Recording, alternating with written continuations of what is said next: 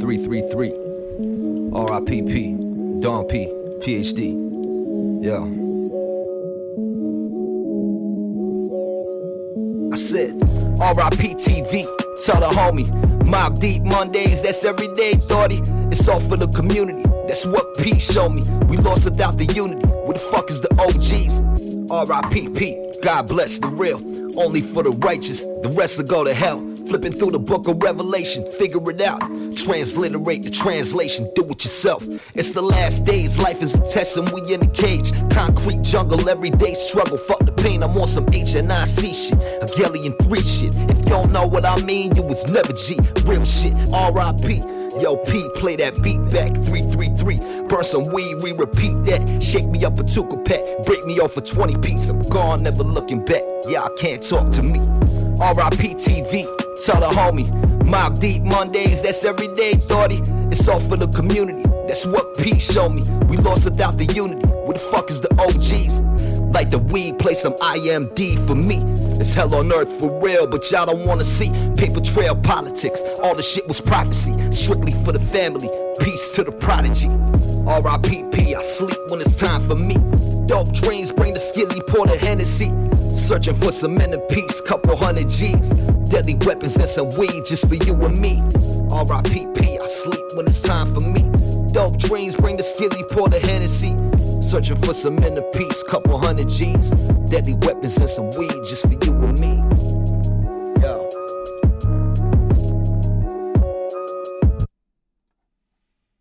What up, everybody? It is motherfucking Hegelian Day.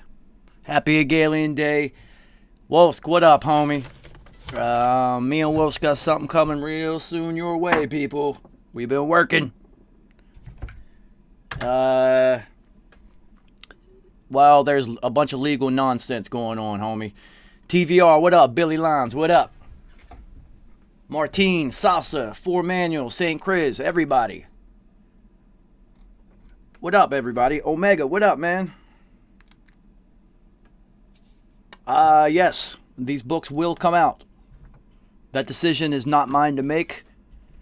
Alls I know that, it's my life's motherfucking mission to make sure those 2 albums come out. Then, and only then, will I be able to ascend to the next level and go do a session in the 5th Dimension studio with P and Pac. Roger Harper, what up, homie? My motherfucking homie. Optimal, what up? You know, it's going to be a celebration tonight. And, we got some other shit to celebrate. Because of you guys are so goddamn dope, man. Without you guys, none of this shit here would be entertaining nor possible at this point. You know, I do it for you guys. I do it for P. And today is a sad day as we say goodbye to a motherfucking soldier. Cheryl, what up? We say fare thee well to somebody that has been with me for 4 years. And it's with a heavy heart that I retire this set of headphones. These are the headphones that I mixed Hegelian on. And I'm going to put them behind glass or something. So, my Hegelian headphones are officially retired.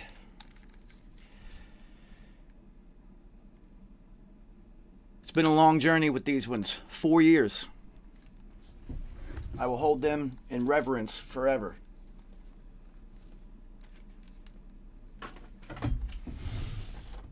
It is what it is, but do not worry, 333.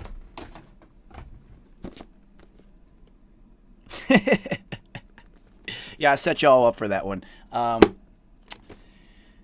When something dies, a new one must be built. So, if you know how to read between the lines, people, like I've been teaching you, then you should have just got a message.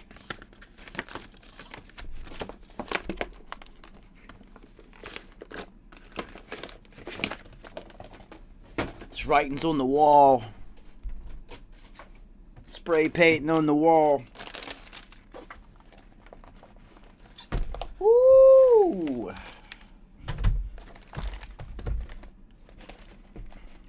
Man. It's like getting to drive a new car for an engineer, a sound nerd like myself.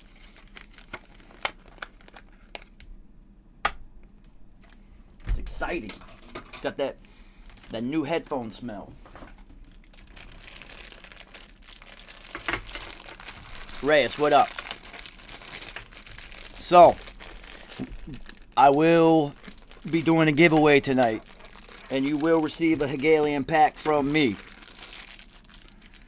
So, if you guys can figure out how many paths of knowledge that P led you upon on this album, whoever gets it right,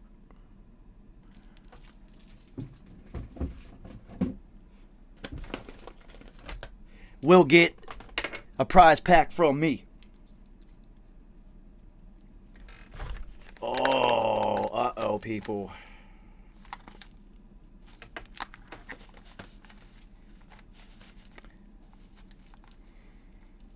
Oh my God, yo. This is going to be interesting. Oh, and they changed the bag. It's now like not that pleather. Dope. So,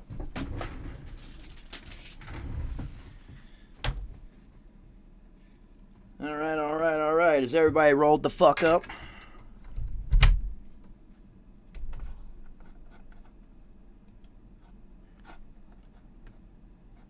Wait a minute, what the fuck just happened?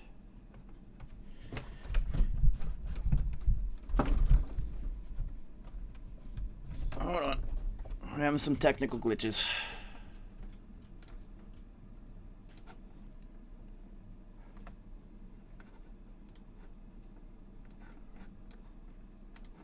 Alright, we should be good to go. So, what's up, everybody? Damn, these things are cuffed around my ear.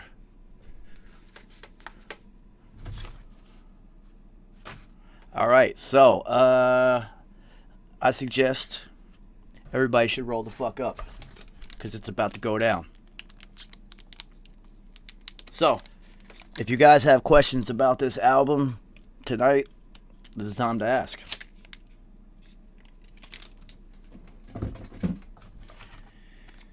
Whew.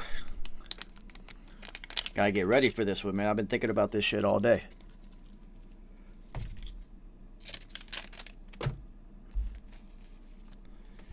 So, I suggest, shout out to our sponsors, Cushwick Farms. So, I suggest, he's not Japanese, he's Korean. How did I feel when we were first aware we were going to do this album? Well, Bonnie Wells, Music Machine, it was more of a, how did you feel when it was finally time to make it? Because, Utes, what up, homie? This is an album I was trying to get P to make for years and years and years. So it was finally time to do it. So it was, Billy Lyons, what up, man? Alright, so Train Bomb. I don't want to yell, man. I feel like I'm yelling. I can't hear myself. So, Train Bomb. That is a North Korean propaganda film called Propaganda about American imperialism that P found on YouTube when he was in Italy because they had whole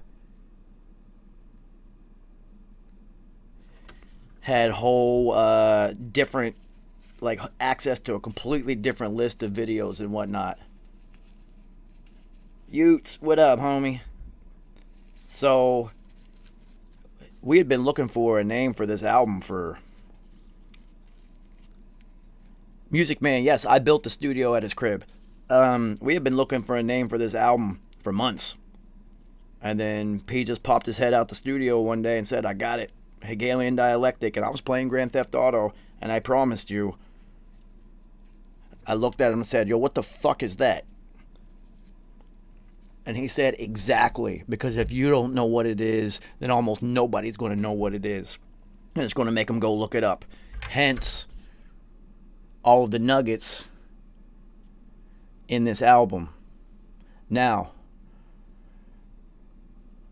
like I said, if somebody can guess all of the just the number of amount of nuggets of knowledge that are hidden within the words of this album, you will win a prize back from me.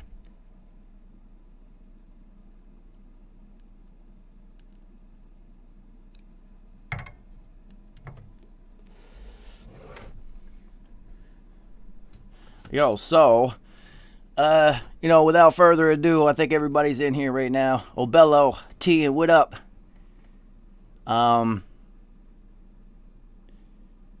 33 is a very gross misunderstatement. So, should we get into it? Because tonight's going to be special, because not only am I playing this album and breaking down everything about each song and how they were made and things of that nature, we're playing the motherfucking sessions.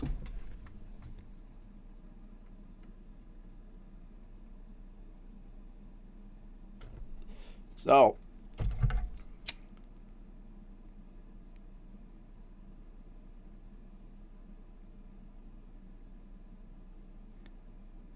yeah, I told you tonight it was going to be special. I will be opening up the mix sessions and going into them instead of just playing these songs. And we will also have some special guests pop in and talk about, hey, what up? So, Meredith, make sure you guys go over to the YouTube link so you can watch the show, because I only use IG as a portal now. So, without further ado, let's get into it.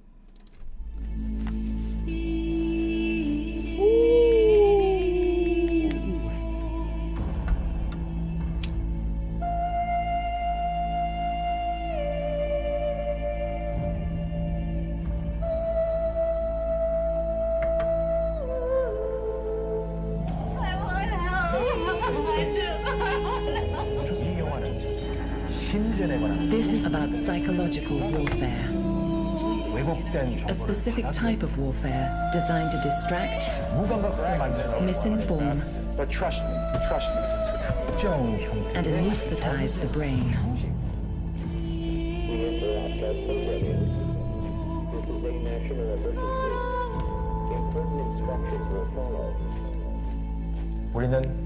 우리 마음에 파고드는 We must remain vigilant at all times 항상 경계의 고삐를 and be alert to their insidious attack on the mind. 이전에도 그러했듯이 For they have come before, 이러한 공격은 또 and they will come again.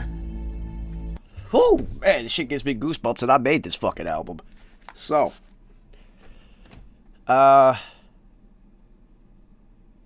GBE, what up, homie? Well, once P found the documentary that we were going to use for all the skits, honestly,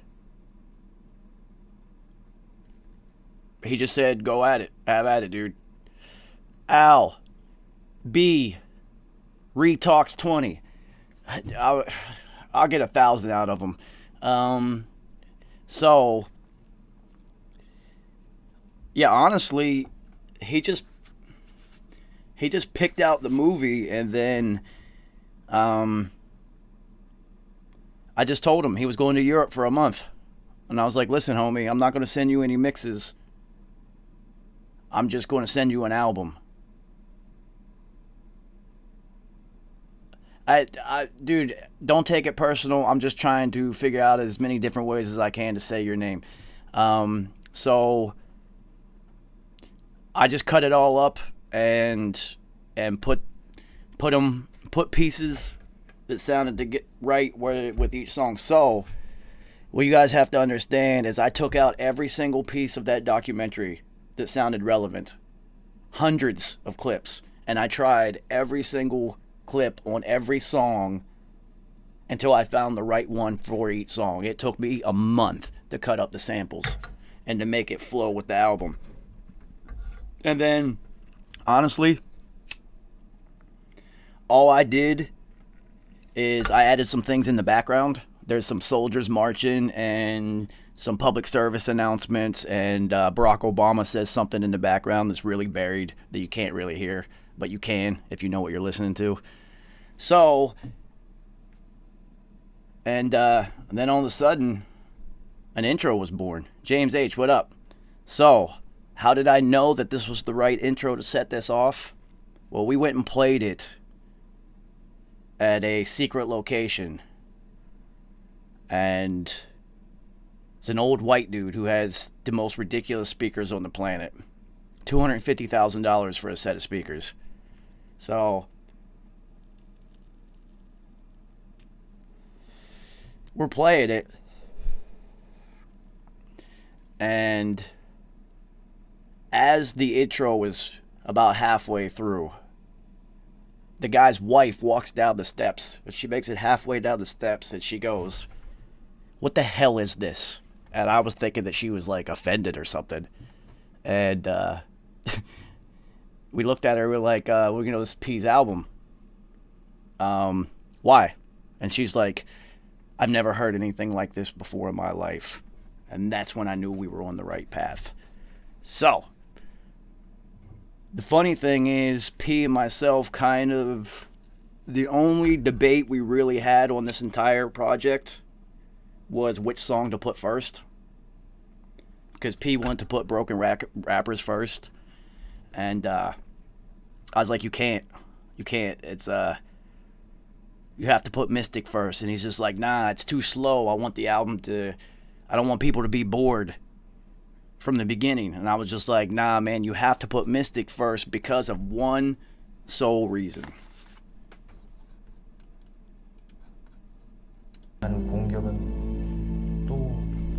And they will come again, and be alert to their insidious attack on the mind. 이전에도 그러했듯이 For they have come before, 이러한 공격은 또 and they will come again. So, since she says they have come before, and they will come again, if you listen to the very beginning of Mystic, you'll see why it had to be the first song. So, yeah, this is the first time ever you guys are going to get a look into the session, so enjoy. What the fuck? I just opened this shit. Hold on. God damn. I swear to God I tested everything before we started. So stupid.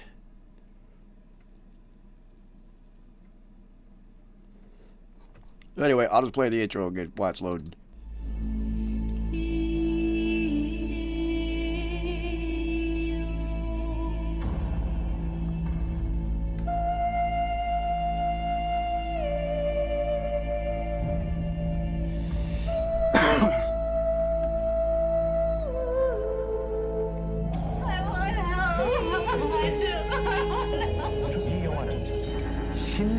This is about psychological warfare, 왜곡된 a specific type of warfare designed to distract, 무감각하게 만드는 misinform, But trust me, 특정 형태 and anesthetize the brain.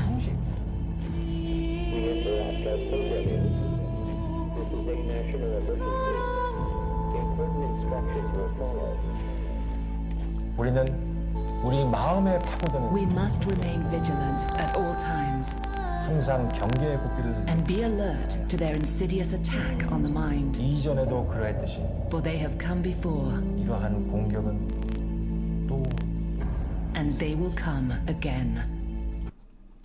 Alright, let's motherfucking go. Oh shit, he's breaking out the goddamn sessions.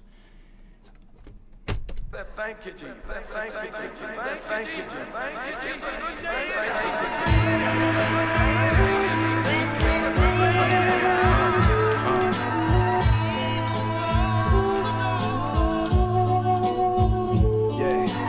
You are now listening to the sounds of a God in the flesh. My lineage is ancient. I come from beyond any place you could imagine. In your imagination, mommy was my spaceship. It took her 9 months to get me here.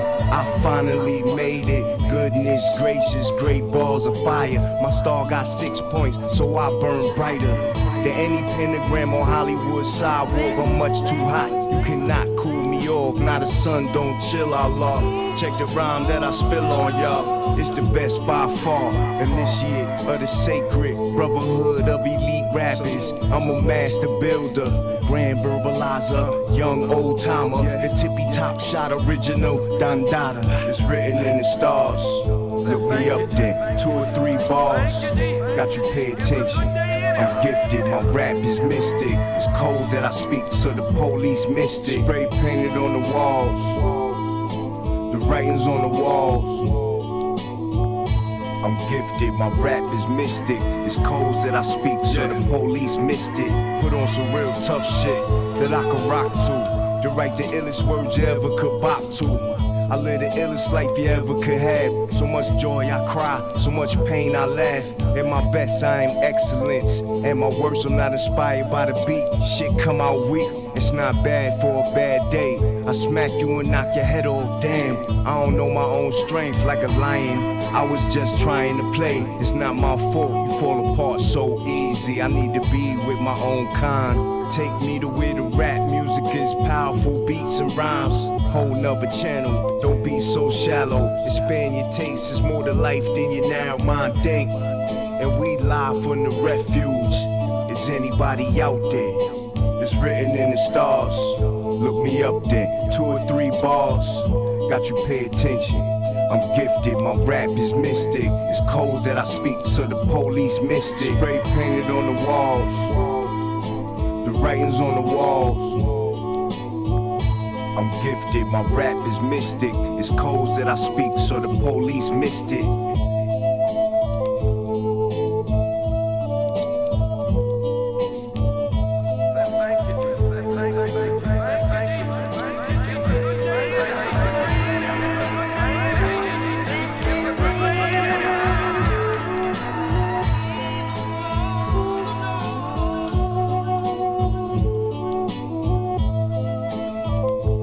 You've got to keep them pretty scared, because unless they're properly scared and frightened that all sorts of devils are going to destroy them from outside or inside or somewhere, they may start to think. They may start to think. Joe Rilla, Bonnie Wells. Head on over to the YouTube link if you want to hear what's going on, everybody. So, they may start to think. They may start to think. So, shout out to Alchemist, the GOAT, as always. Dude, his records are so easy to mix. Everything sounds so good from him. It's the easiest shit ever. So, Mystic was born in the middle of the creation process because, as you'll see, I'll explain the first couple songs that we did to start creating Hegelian, because honestly, we were working on the Book of Heroin before the Book of Revelation even became a thing. It wasn't even an idea yet, except for me. I was pushing. And we were working on the Book of Heroin and a sequel to Albert Einstein called Albert Pike. Well, when Rick Ross put out Albert Anastasia, Albert Pike got shelved immediately. Well, the music didn't get shelved. So, I was like, well, I've already got the Book of Heroin, and these Albert Pike songs don't sound like anything on there. And that was the seed that started. So we actually have to thank Rick Ross for doing that.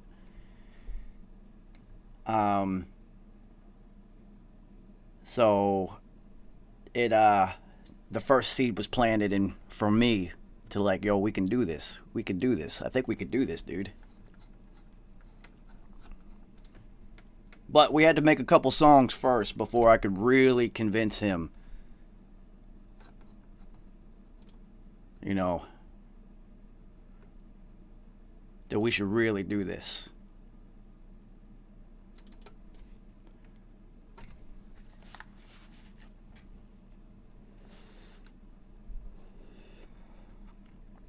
Shout out to Beat Butcher for his production on this one. Yeah, originally it was called Smooth, and then P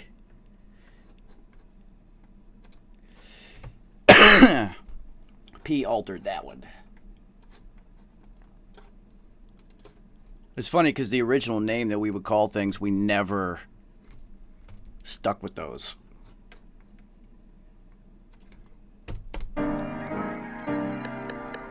Look at the sheer amount of tracks the Beat Butcher has. She said she don't like that old shit. She wanna hear some new shit. Oh, hold on. That is the radio edit.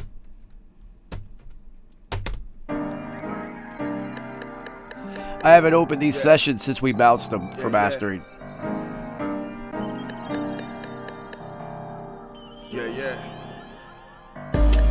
She said she don't like that old shit. She wanna hear some new shit. The game that these lanes be running so stupid.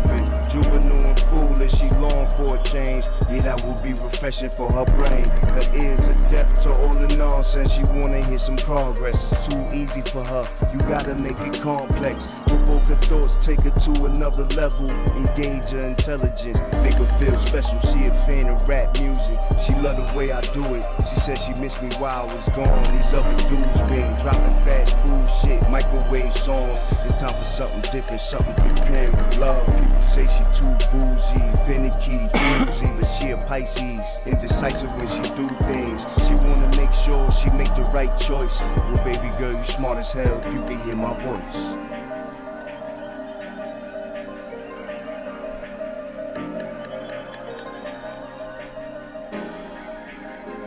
Yeah. Little homie said, music ain't the same. He said it's not the business, the artists are to blame. He only listen to Eazy-E and Too Short. Cause these new fools too flashy, too much flaws. Too much conceit, not enough consistency. Too much beefing instead of making hits. They all take their fans for granted. They unappreciative of their God-given talent. He said he liked the rappers better when they broke. Cause when they get that money, they lose touch with the folks. Back up in the hood that made them famous from the Getty up. Forgot about the Getty, yo, that's why you keep getting stuck. That's why the first joint is always sold out and now they can't give away albums. He only 14, but little shorty know his shit, he do his homework. I value your point of view, kid.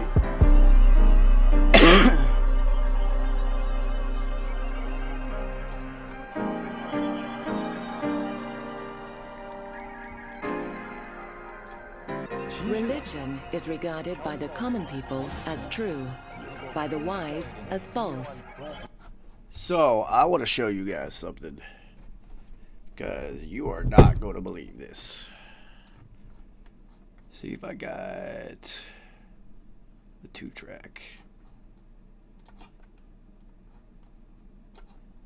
I want to show you what this beat sounded like.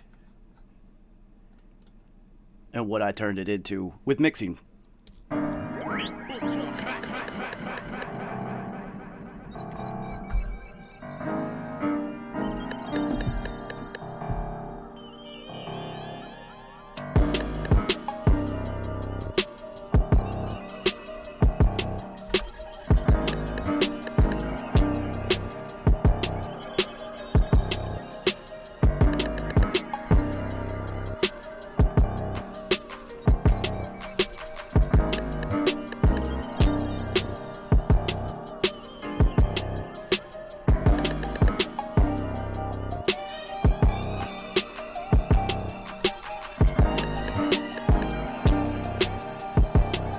now, let's check out what I turned it into.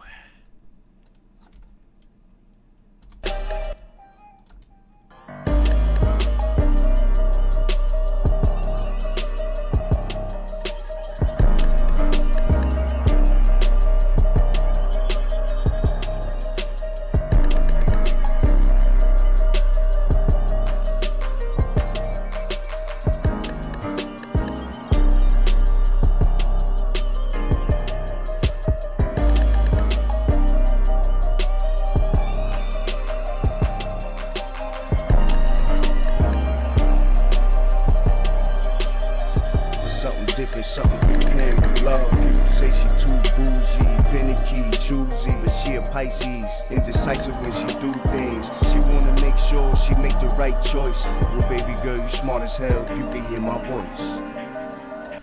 You smart as hell if you can hear P's voice.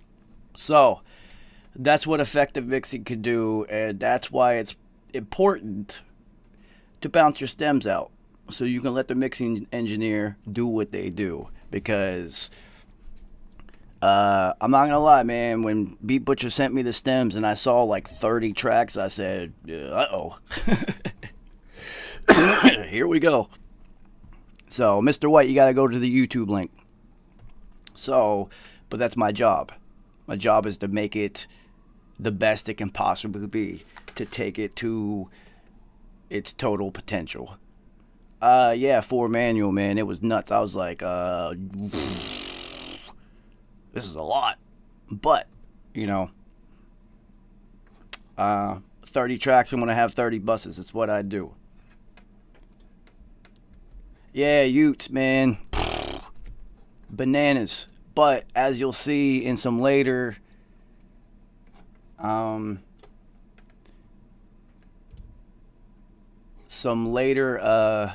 sessions with Beat Butcher, that's pretty much par for the course.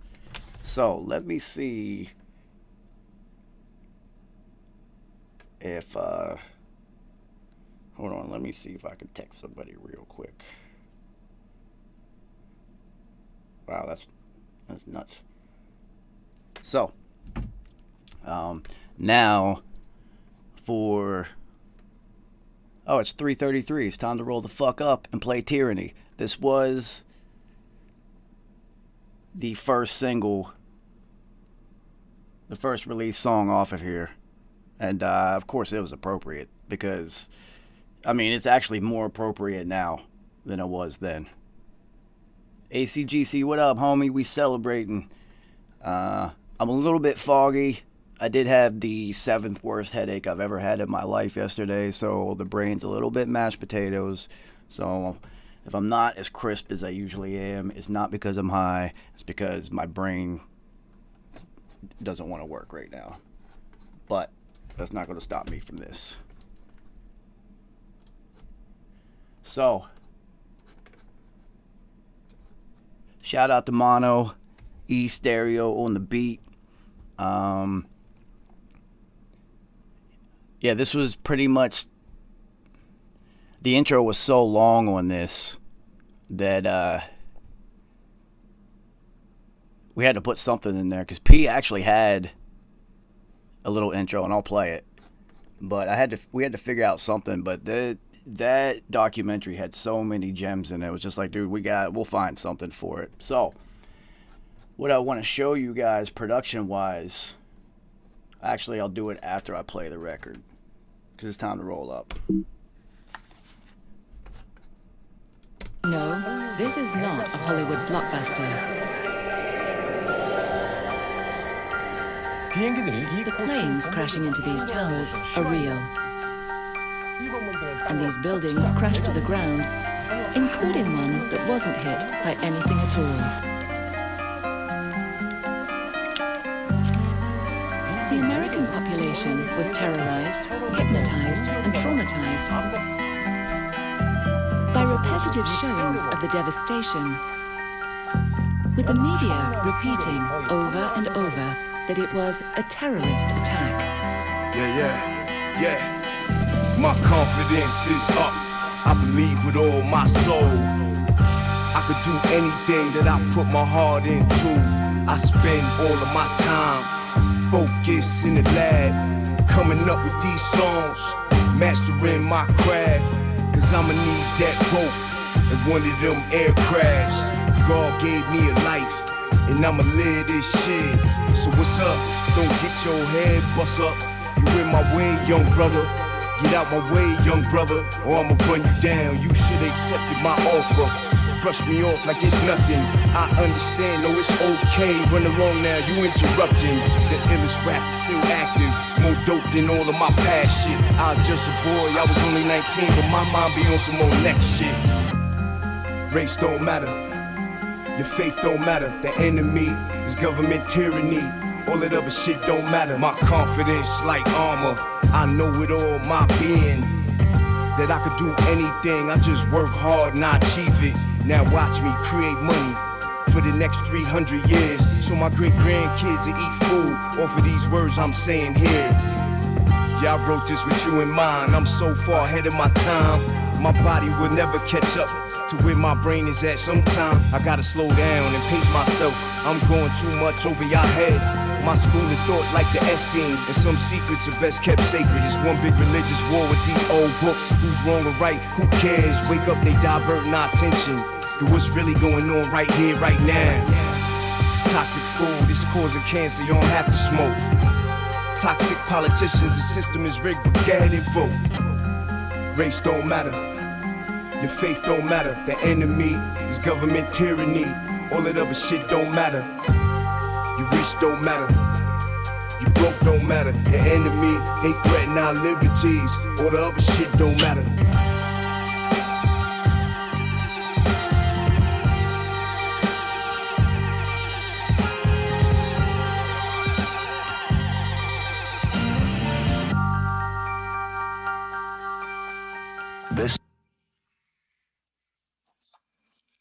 Vote as if your whole world depended on it. So, ladies and gentlemen from the 333, who better to talk to about this record than the man who produced it himself? What up, homie?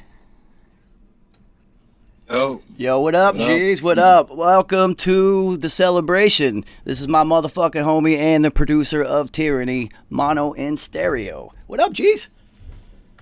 Salute to P. Hell yeah. Salute to all the Agun, all the ancestors. Word up. What up, son? So, yo, how you been? Maintaining. Yeah, today's a tough day. It's tough. It's tough, right? Today's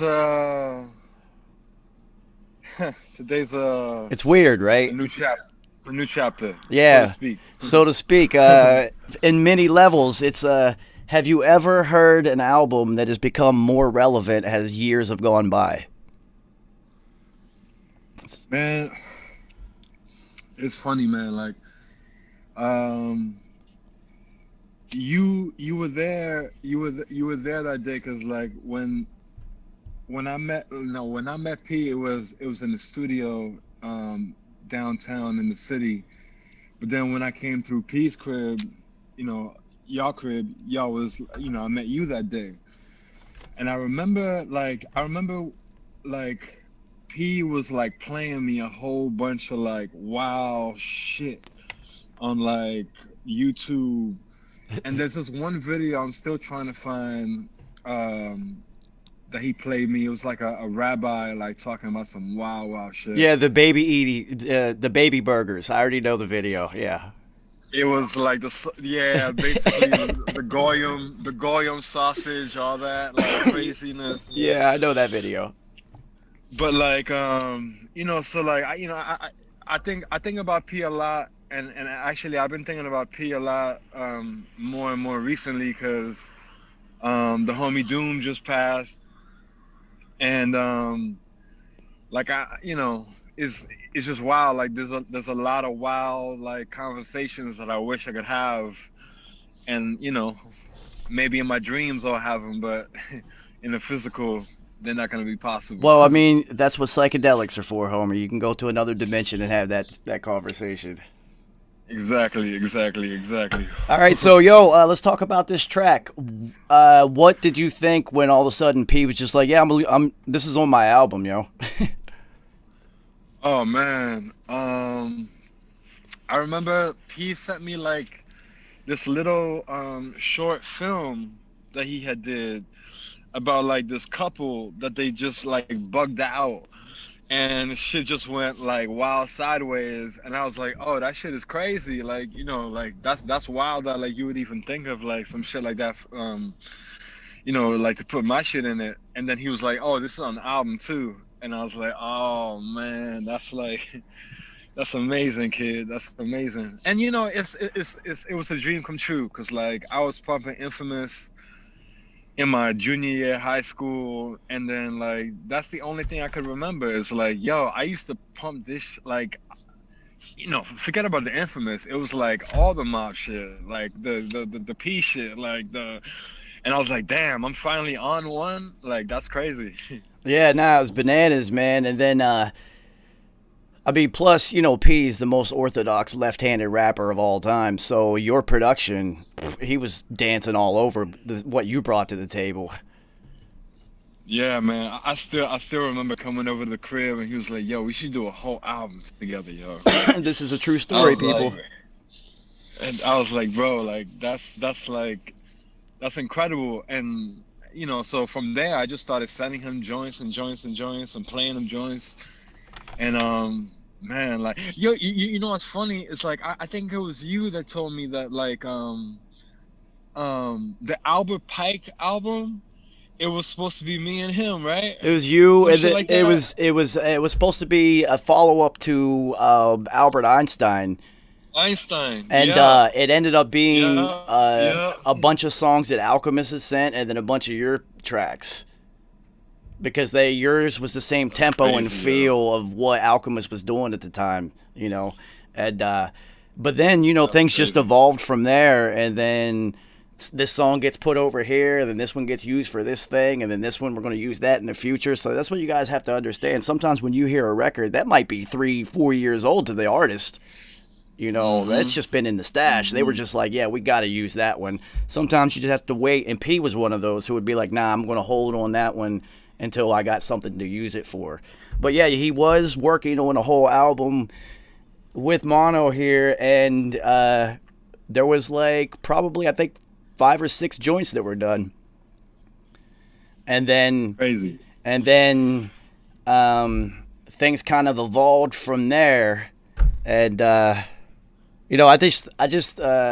really appreciate the fact that P was willing to work with so many people, because so many people got to meet him and be like, yo, P is a ill motherfucking individual, yo, he's like a real dude.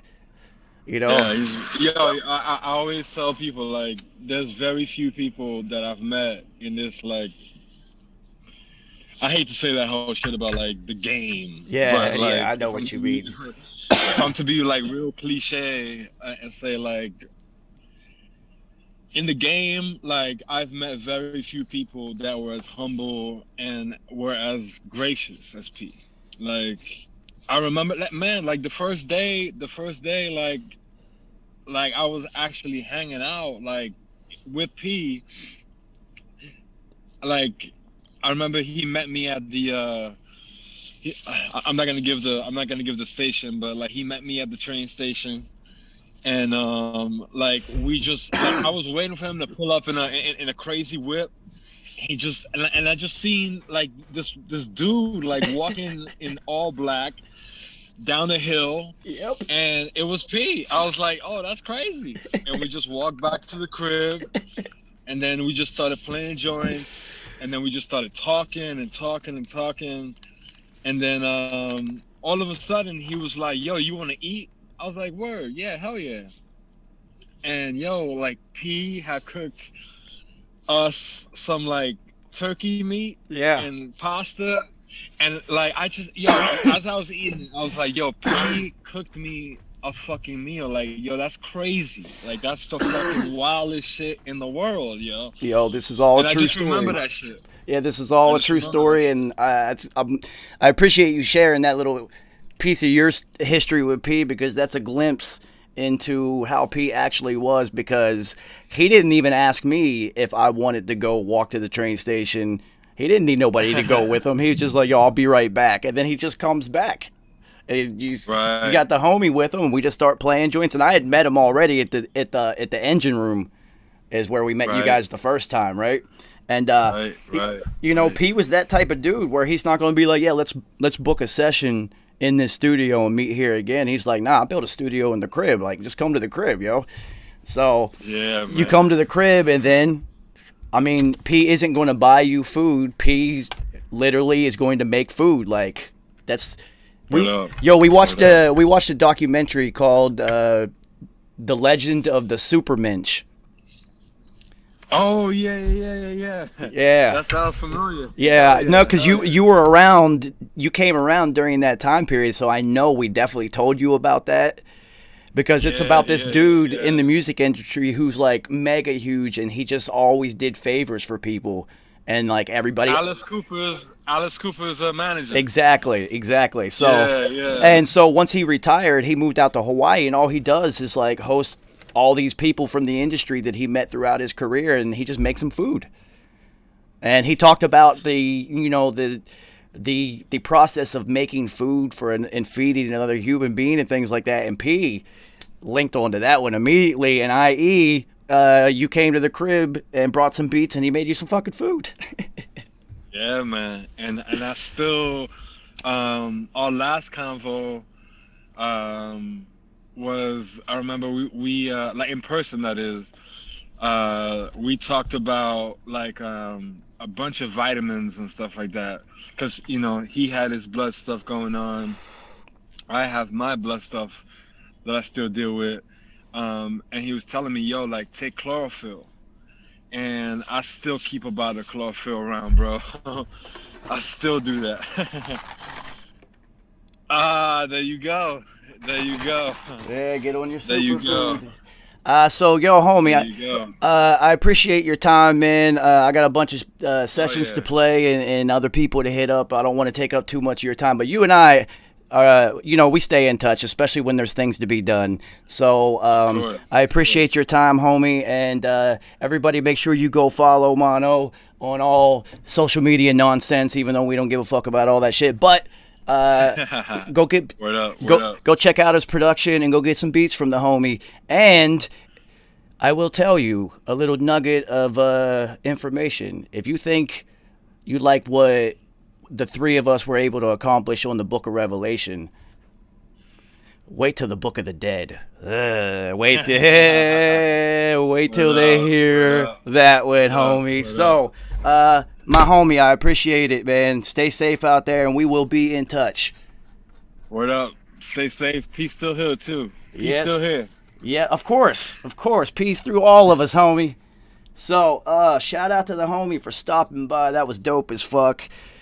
And, if you think this song, you like these beats, you just wait till the Book of the Dead, yo.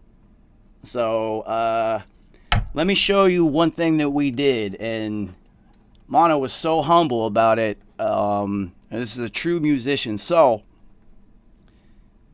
and shout out to Mark the Beast for helping me with this one. So, when we got this session, this loop doesn't have the drums in it weren't that strong.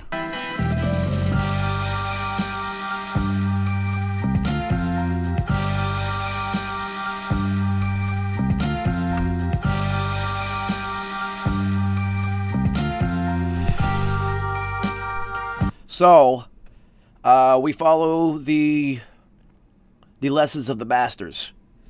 And the Beatles used to, even when they were done, because Ringo wasn't that good of a drummer, when they were done, they would have another drummer come and layer the same drums over top of what was already done just to fill it in. So, Mark the Beast and myself sat in the studio, found a kick and a snare that sounded like what was already in the loop, and we just put them underneath there.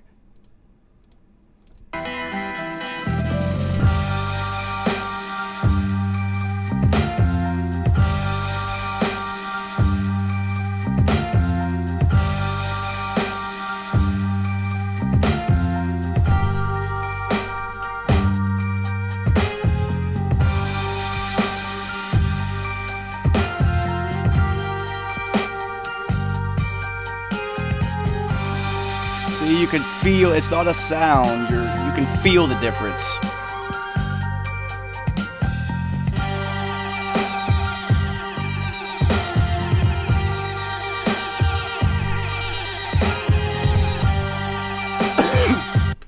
It was really nice and crucial to add the kick in there, because you really couldn't hear the way that kick was like do do do do do. Like it really added a whole lot of body to it without making it. And the goal with all of it was to make it sound like it was supposed to be there. Like I didn't do it. So I think we achieved that goal, because when we sent it to Mono to see if he approved of it, the first time I sent it to him, he was like, oh, word, shit, I couldn't even tell. And that was the fucking point, to make sure that it sounded like it was already in there. So shout out to my homie, Mark the Beast, for helping me out on that one. And shout out to Mono for stopping through and helping us celebrate Hegelian Day. So, what's next, everybody? You guys, nobody has even come close to the amount of nuggets of knowledge that P dropped. So, yo, this song right here, yo, P is the illest of all time for performing this record on the Jimmy Fallon Show.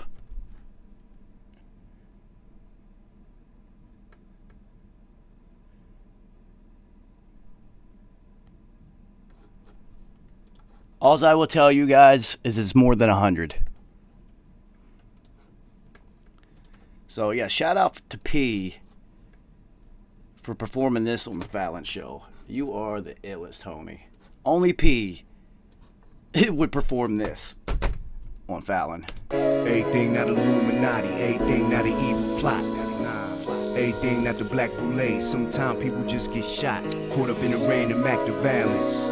Murder over dumb shit. Everything is not connected. Some things are, but you bugging. You taking it too far. Stop staring up at space. Pay attention to life on Earth.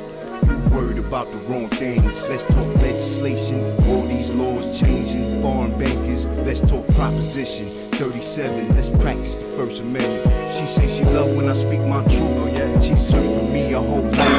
I tell her go ahead, keep searching. Cause you ain't never gonna find. Never with my balance, my vibration, I resonate. My pull is magnetic, I'm attractive, but I give more than I haul. Get some 350s, 9 millis, Stendo 47s. They want us to all disarm, but we ain't giving up our weapons. No, it's the USA, motherfucking USA, the US of A. We're black is beautiful, black is powerful, and we all here to stay. Right here in the United States, motherfucking USA, the US of A. Look, we are all beautiful, all powerful, all one human race. Big up to sistren and brethren around the globe. The sleeping giants have awoken. Light to us is like Play-Doh. We just shape the shit how we want it. Come graduate from that old school. This is higher learning, we past that. Take a leap of faith and just let go. We waiting for you in the aftermath. Behind the wizard's curtain. This ain't Kansas for certain. We live and live in color. Backstage at the Truman Show. Everything not 3 dimensions, there's so much more to be seen. Open up your third eye, or you gon' miss everything. Then in the middle of all this, I got people with larceny in their heart for me. I must hold down the fortress, stay alive and stay out the penitentiary. Better wisely choose your battles. Try not to think so small. It's a big psychedelic picture. Let it turn your hatred to love, maybe not though. 350s, 9 millis, Stendo 47s. They want us to all disarm, but we ain't giving up our weapons. No, it's the USA, motherfucking USA, the US of A. We're black is beautiful, black is powerful, and we all here to stay. Right here in the United States, motherfucking USA, the US of A. Look, we are all beautiful, all powerful, all one human race. One love, one love.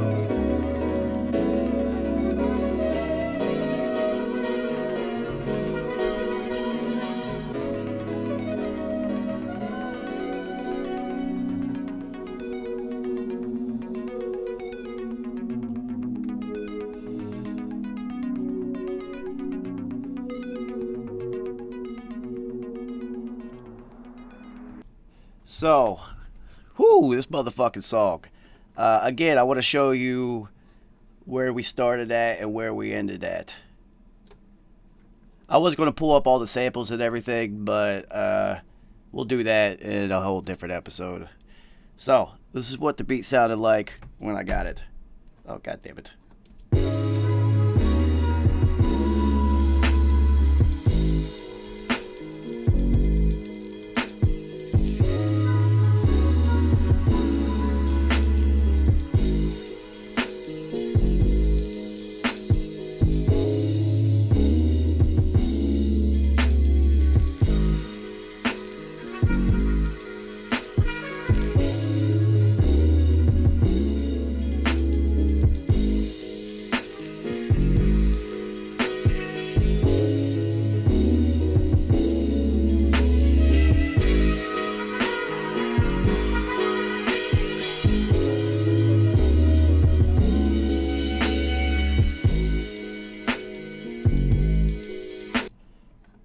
So,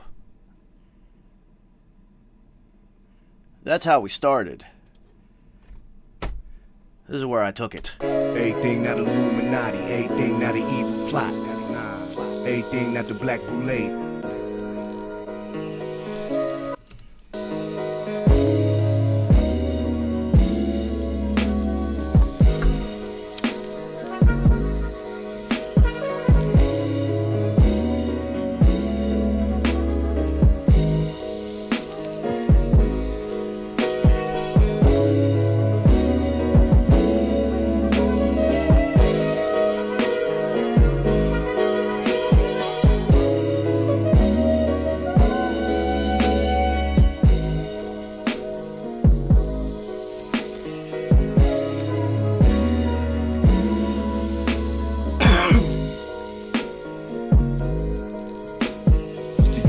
Motherfucking USA, the US of A. Where black is beautiful, black is powerful, and we all here to stay. Right here in the United States, motherfucking USA, the US of A. Look, we are all beautiful. Old school. Woo! Thank you, Hobie. Yeah, that would, shout out to P, because he let me do whatever I wanted. He literally gave me full autonomy. Literally said, you know what? Just do whatever you want. And if I don't like it, we'll switch it at the end. And I was like, word. So he let me construct the beats however I wanted. I was able to build them if I had the stems, build it and break down parts however I felt like, and do any drops I wanted. He literally allowed me to be the musical director and just do whatever I could come up with. And he was so fucking dope for I mean, we had 7 years together in the lab at this point, so he trusted me. And he just let me go off. He said, dude, he said, you really understand music, so do your thing, man. And I went off. He allowed me to create. That was the dopest part. He allowed me to create, and he let me be free. He said, you're doing this for a reason, so you go put that math into it and you do you. And that's exactly what he let me do. And I will forever be grateful for that and the opportunity he gave me. So, this next record is special because this is the song that started the Book of Revelation. So shout out to my homie Mimosa.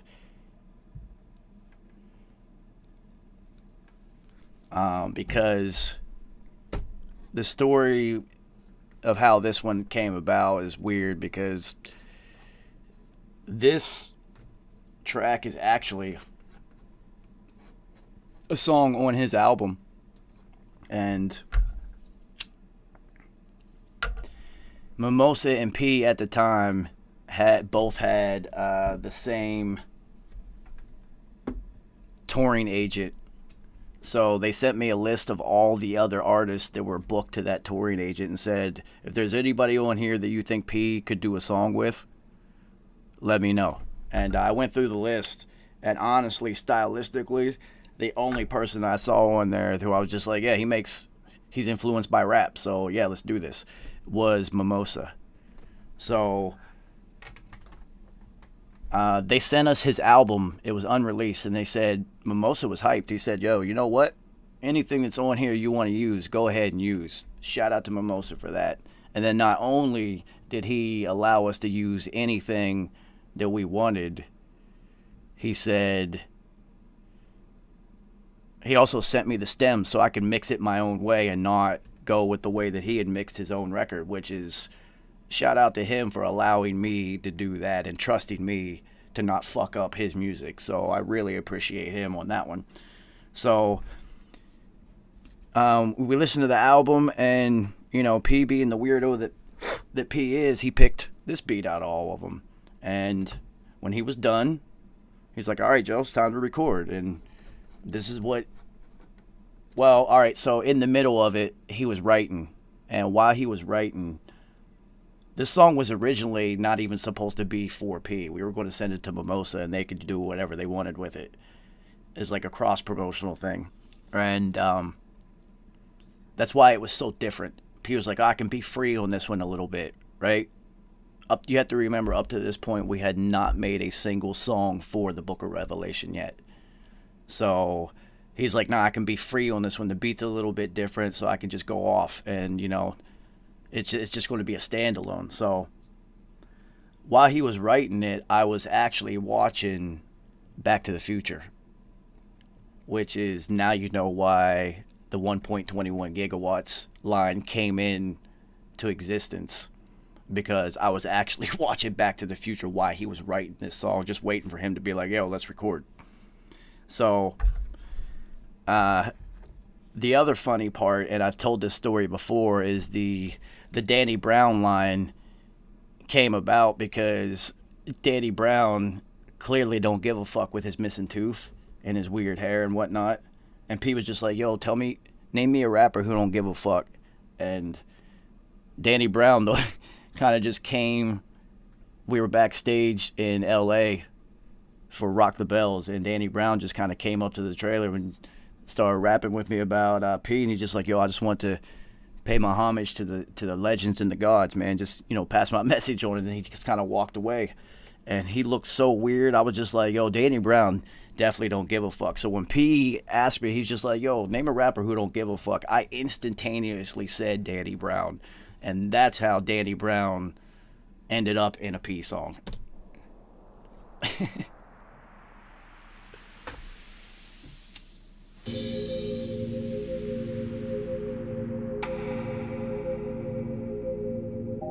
Understand that time is running out.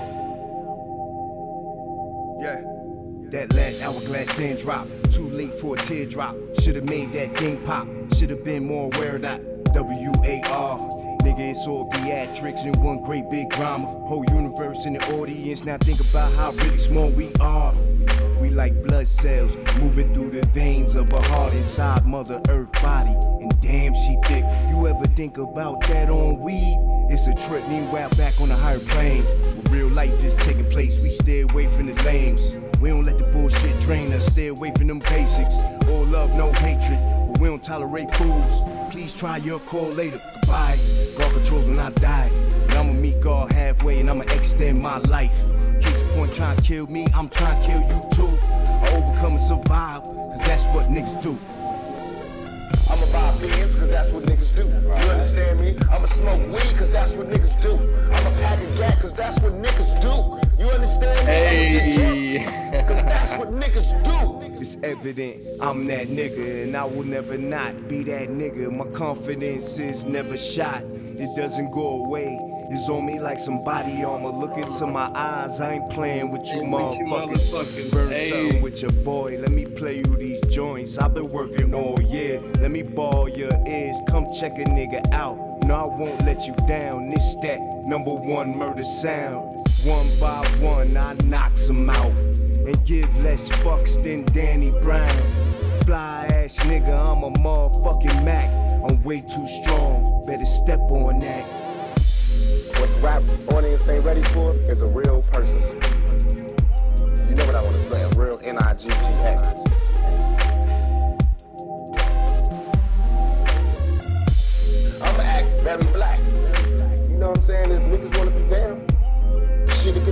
nigga thing, but if niggas don't, shit, I'll be by my motherfucking self.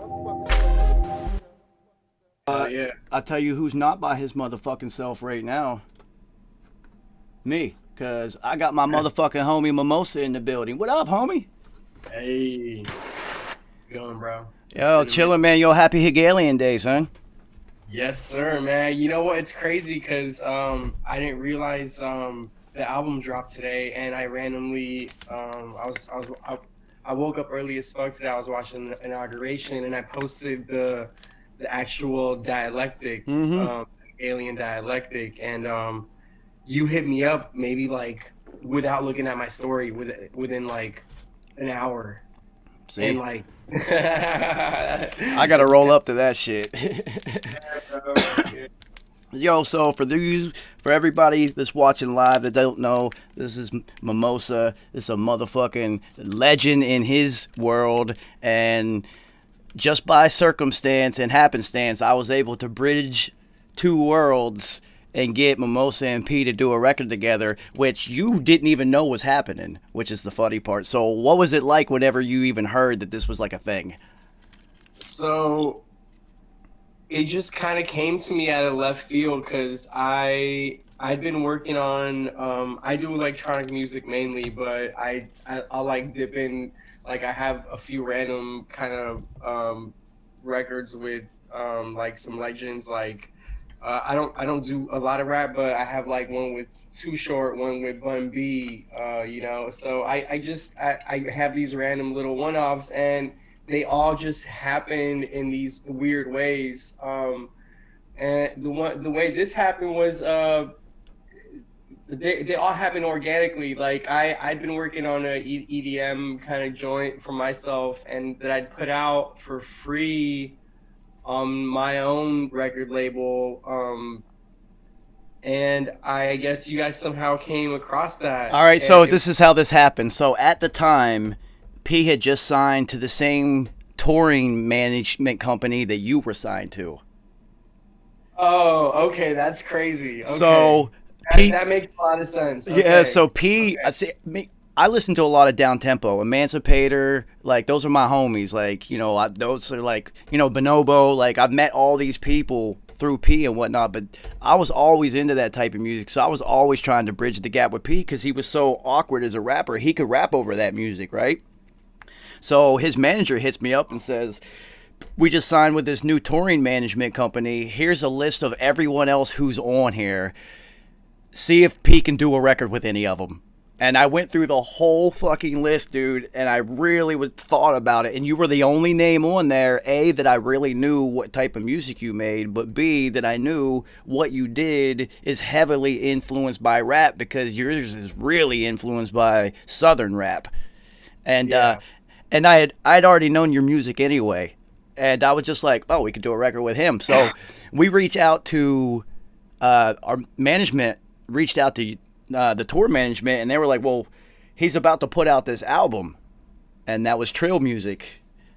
And they were just like, and you, this is now when you heard about it, and you graciously said, yo, pick whatever the fuck you want off the album and use it. I don't fucking care. So it's crazy because we were really going to give this back to you. And because... What do you mean? What do you mean by that? Because the way that we were looking at it is it was like a feature almost. Yeah. Since you do, you know, you guys were just gonna send it back to me. We were going to be part of a project. Yeah, it wasn't going to be part of a lab. Yeah. Yeah, so that's crazy. That's crazy. So it was ill because since it was only going to be like a feature, and your fan base is different than, you know, Mobb Deep and whatnot. P's like, yo, I can be a little weird on this one. I can create. So he kind of went in off in left field with it, and I promise you, the second he got out of the booth, I looked at him and I said, we need to do more of this. More of this. You know, I was watching an interview with P earlier today, and he was talking, and I met him that one time on 420 that you guys showed up to that little random like cutty ass fucking spot. High as fuck, y'all. Oh my god, yeah, we were fucking we were smoking baseballs. Anyway, Oh my god, dude. I was watching a documentary where he was talking about the things we were talking about and like kind of like tapping into the supernatural and all these like deeper subjects that you wouldn't normally expect like a rapper to talk about or even think about. And I felt like that's kind of what he was tapping into with that whole album. Well, not I feel like that's what he was definitely tapping into with that whole album. And it was just so crazy to see someone just expressing that. And like, like it just needs to be like, there's just, it needs to be it needs to be touched on. Well, I can guarantee you that you were definitely already expressing that within the music in your own way, because I already know what you're about. And because it was already in the music, it also helped P align with what it was, and that's why he was able to create that, right? Just kind of like it just kind of happened. So, what did you think about the first time you heard it? Bro, honestly, I got goosebumps because to me, like P, Jay-Z, Pac, Biggie, like like Mobb Deep, like Wu-Tang, like they all fall in the same category. And I grew like my father figure, my idols were those people, and especially Tupac. And and like hearing Pac's sample that you guys threw in there gave me goosebumps, bro. I was crying, man. That was all P's idea. And the funny part is, this is how the universe aligns things that are destined, right? So he didn't really have a hook, right? And he's just like, I got an idea. And he just pulled up the random YouTube video. And the song was playing, and I promise you, he nailed it on the first time of just hitting play through the interview. And I was just like, it's fucking perfect. And I was just like, I had heard him play it live, so me piecing it together was super easy. Like, I was just like, click, click, click. Like, he's just like, I got an idea. I know that. He never did that once. He played it live like a DJ, one shot through, and I was just like, all right, we're supposed to use this shit. Dude, it was incredible. Even I don't know how the fuck he skipped through the interview perfectly like that. Like, he just hit play and the YouTube started playing, and then the first one was perfect, so he was just like, click, and it went over, and it was just perfect. I was just like, yeah, dude, I understand the math of the universe and how shit's supposed to work. And I was just like, okay, I get it. We're supposed to use this. Let's use it. And, I really appreciate you on many levels for being a contributor to the giant first domino it took to get P to start making this album, because I'd been trying for about 7 years. Like, we got to do you got to do you on one whole album. And he was always like, you can't do all of that in one album. It's too much. But after we did this song, there was no way in the world we were sending that shit back to you, homie. I was just like, we're using this. I got to start building. Well, he didn't know that, but I knew that. I was like, we got to start building on this one. I'm like, if we get one or two more like this, then I could start like trying to push them a little bit. And the other reason I appreciate you, homie, because as a producer of your own stature, when this song for you was already mixed and mastered and ready to put out, you could have easily just sent the 2-track and said, here, use that one. I don't want the sound of what I did to change. And you didn't. You sent me the stems immediately and never said a word. That was fucking incredible of you. It was just like, here, dude. I was just feeling honored to be a part of the project, and I wanted you guys to have, freedom to cut it up however, and I thought you guys would do more to it, but I honestly feel honored that you guys just kind of took the beat as it was. Well, no, I didn't want to, because of what it was, I didn't want to change it too much. And you also have to remember, P wrote to what you already did. And I'm so like, because I wrote, it's such an off-kilter beat. It's not like, it drops like in these weird places where you don't expect it, and he catches all those like little things, and it's so crazy, bro. So here's another unknown story about this song. So at the time, I was really pushing hard to get him to do a song with Devin the Dude, because it was for me. It was a bucket list item for me. I wanted Devin on my resume, right? And so he just reached out to him because he's ill like that. So this is the first song we sent. Yeah. We sent Devin this song first. It was really? Yeah, like You yo. heard that song? No way. Yeah, I played shows with Devin. Me and Short and Devin played a few shows together. Yeah. Yeah, no, I mean, everybody knows my affinity for Devin. I'm not throwing him under the bus, but it's Hegelian Day, so I mean, I am telling some hidden stories of the album. So we sent him this song, right? And he had it for like a week. And he hits P back and he's just like, yo, I can't catch it, man. Exactly what you said. It's different, but P was the left-handed rapper. He rapped really weird. He's the one who could do that. I promise you, Devin was, and it's no slight on Devin. Everyone knows I love Devin. But just to go on what Mimosa said, this wasn't really supposed to be rapped on at all. Yeah, he catches it, and sometimes he just lets the beat catch him, and kind of like go. You know what I'm saying? He plays with it in a very phenomenal way where you're just like it makes sense, bro. That's that jazz influence, because his grandfather, being Bud Johnson, a Jazz Hall of Fame member, P used to go to the Blue Note in New York when he was like 4, 5, 6 years old and sit at the bar and watch his grandfather play jazz sets. So that's that jazz influence in him, and you can see it. That's why he's so able to rhyme so weird. You can see it in his rhyme pattern. That's crazy. Yeah, I didn't know that. Yeah, it's nuts, man. So, yo, what are you working on now? Right now, I just put out my 10-year anniversary album, not even a month ago, and I got an EP coming out in 2 weeks called Flower of Life, and then I got a full-length album coming out after that called Jodo 369. That's actually influenced by when me and P were talking, and I saw his 333-666-999 tattoos, and I was like, yo, what's that about? And then I looked deeper into it, and bro, I'm all about it. I can't stop. It's this crazy. Once you tap into like all the numerology stuff and all the like hermeticism and all the like, yeah.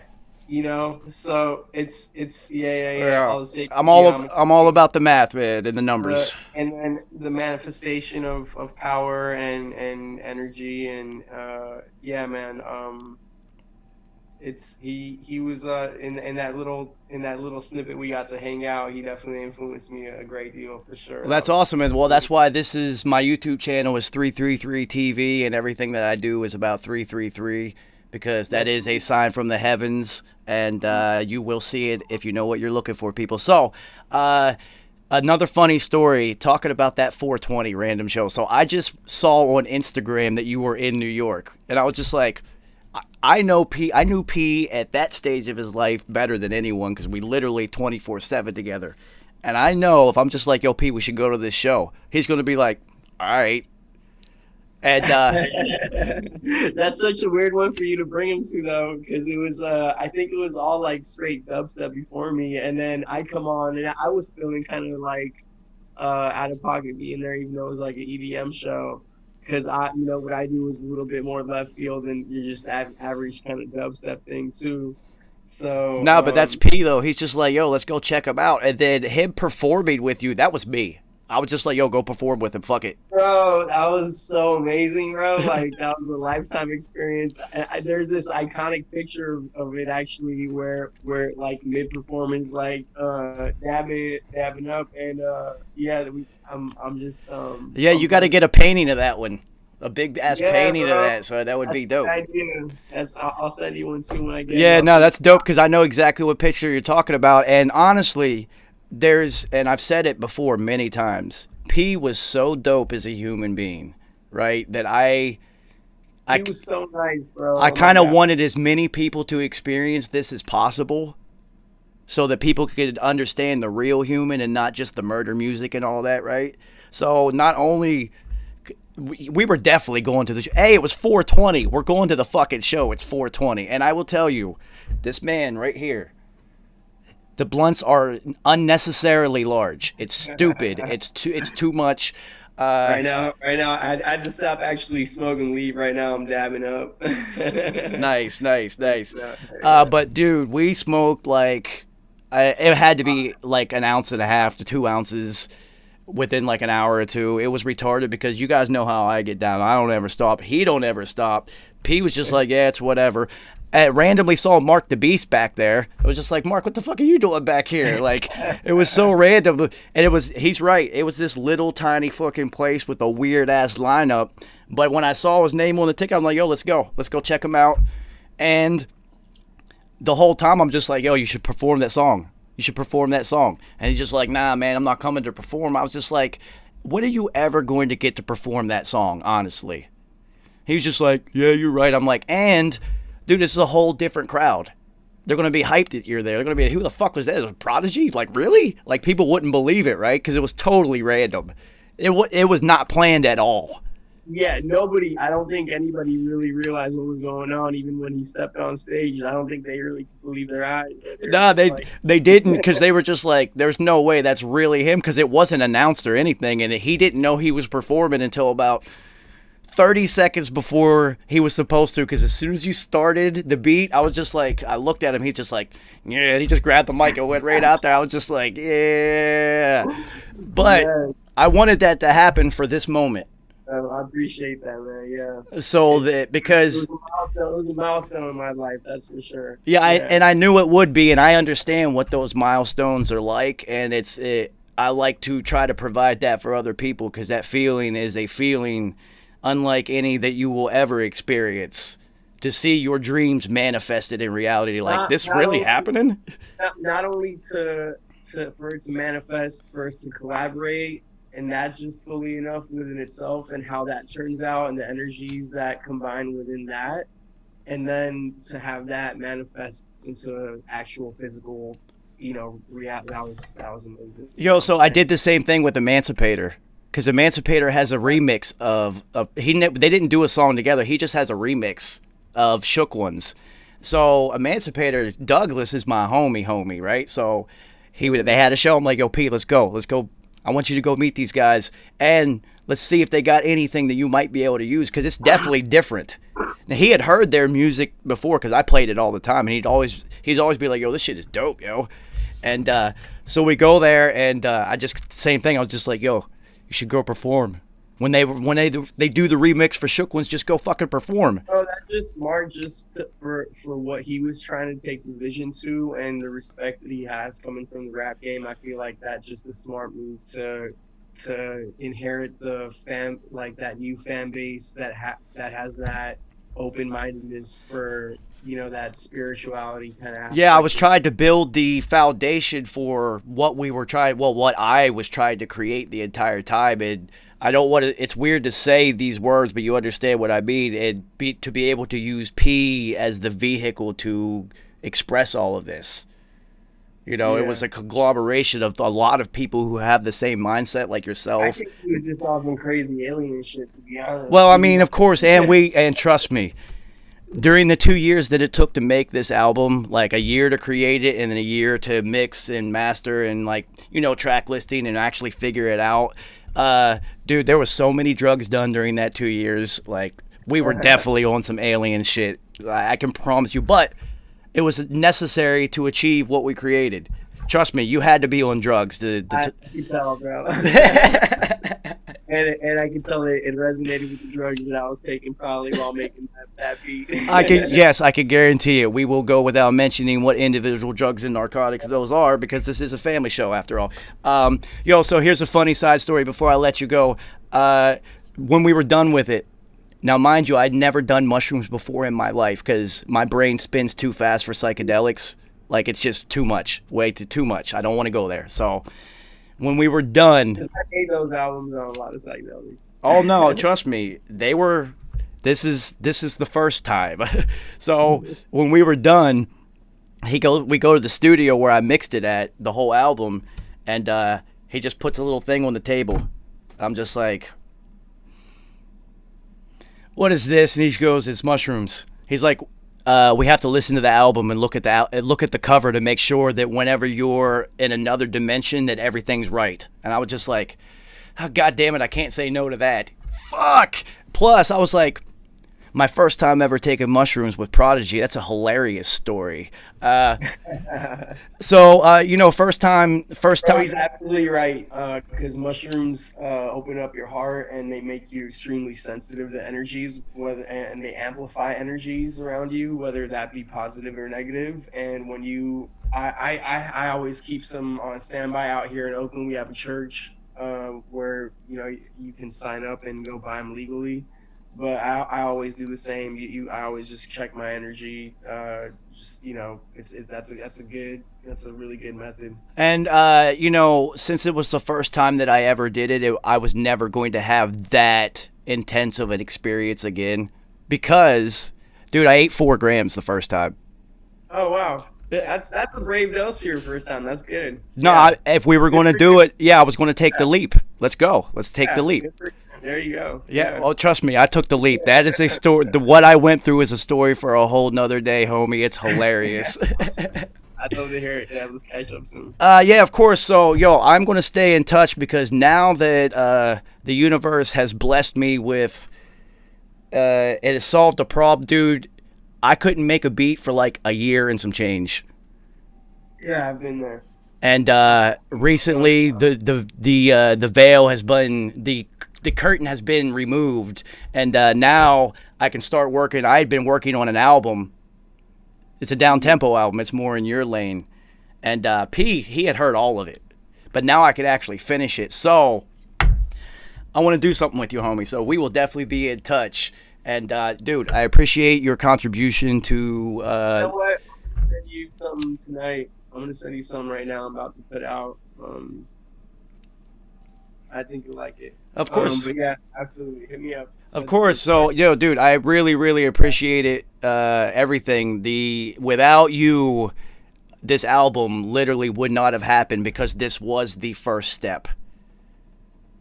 Like, that's really important to hear, bro. Yeah. That's amazing. Yeah, that's I am eternally grateful for your contribution, homie. And I'm eternally grateful to be a part of it, man. Yeah, I'm grateful for your time, homie, and we will be in touch. I appreciate it. Stay safe out there.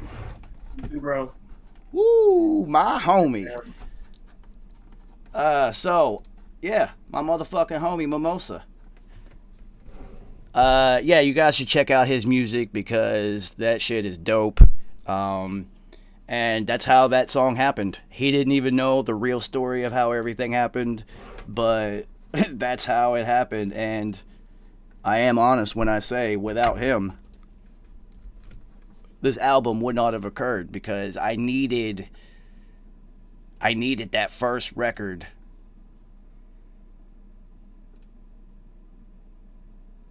to push the first domino over. So, you know what? I need to go back and play you guys something from that real quick.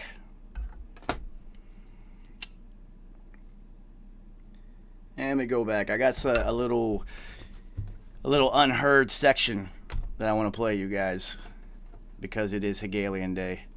So, originally, there was another section at the end when it faded out. I'ma act very black. You know what I'm saying? If niggas wanna be down, shit, it could be an all nigga thing, but if niggas don't, shit, I'll be by my motherfucking self. Better step on that. Yeah, IOD, you can bet on that. We not fit play the curb, your head on that. You can't come around here, you need to respect that. This the upscale section, where the best at. So, that originally was on the end, but when this became an album, this became like, oh, no, we're not going to send this to them. We're going to keep this one. We got to use this for something. That part was taken off for one specific reason. A, I wanted the tail to play with, But better step on that part right there, P didn't want anyone to misinterpret him using Pac samples and following up a Pac sample. By my motherfucking self. Better step on that. Him saying, you better step on that, and somebody to think that he was disrespecting Tupac in any way whatsoever. So we eliminated that, because you know how the internet culture is. People would have went fucking ape shit and created something that didn't even exist. So, next track. This is going to be a long ass show, y'all. It's going to go till like fucking 12 or something. This is taking me long. But stick with me, man. I told you we're going to break down the entire thing, and I got blunts, I think. Yeah, I got like 4 left. We're good. So, once again, you can see from Beat Butcher, there's got to be 20, between 20 and 30 sounds in this beat, man. So, this is what it takes, though. It takes this is another one where I was allowed to create with so many sounds. It allowed me to build things up and break them down however I felt like. So when I opened them up, and I originally was just like, fuck, it's gonna suck to mix these, because you don't want to venture too far from the original sound that the producer had. And but then once I started to piece together the album,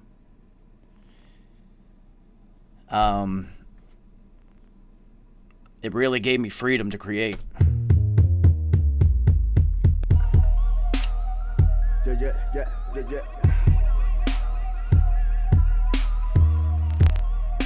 So I be telling, man. I be like, listen, I'm not interested in all that. No, thank you, I'll pass. Please skip me for the next person. I do appreciate that. So kind of you to offer, but no, really, I'm cool. I try to stay away from the things that everybody else do. I got my own thing happening. It's working out great for me. I'm healthy, I'm happy, I'm successful and good money. I hope that works out for you. Don't let my heart fool you. I'll spaz out on you. I'm growing up, this is dope. You should see this, get a seat. Yeah, front row at a P show where you can all watch me. If y'all niggas only knew how dumb y'all niggas look, how stupid y'all niggas sound. It's embarrassing, no good. How could you be so foolish? This is P, nigga, it's P. Yeah, that says a lot about you, for you to ever doubt me. You a bird, you comical, but I keep that to myself. Trying not to be disrespectful, but you pushing me to get ill. If you knew better, you would do better.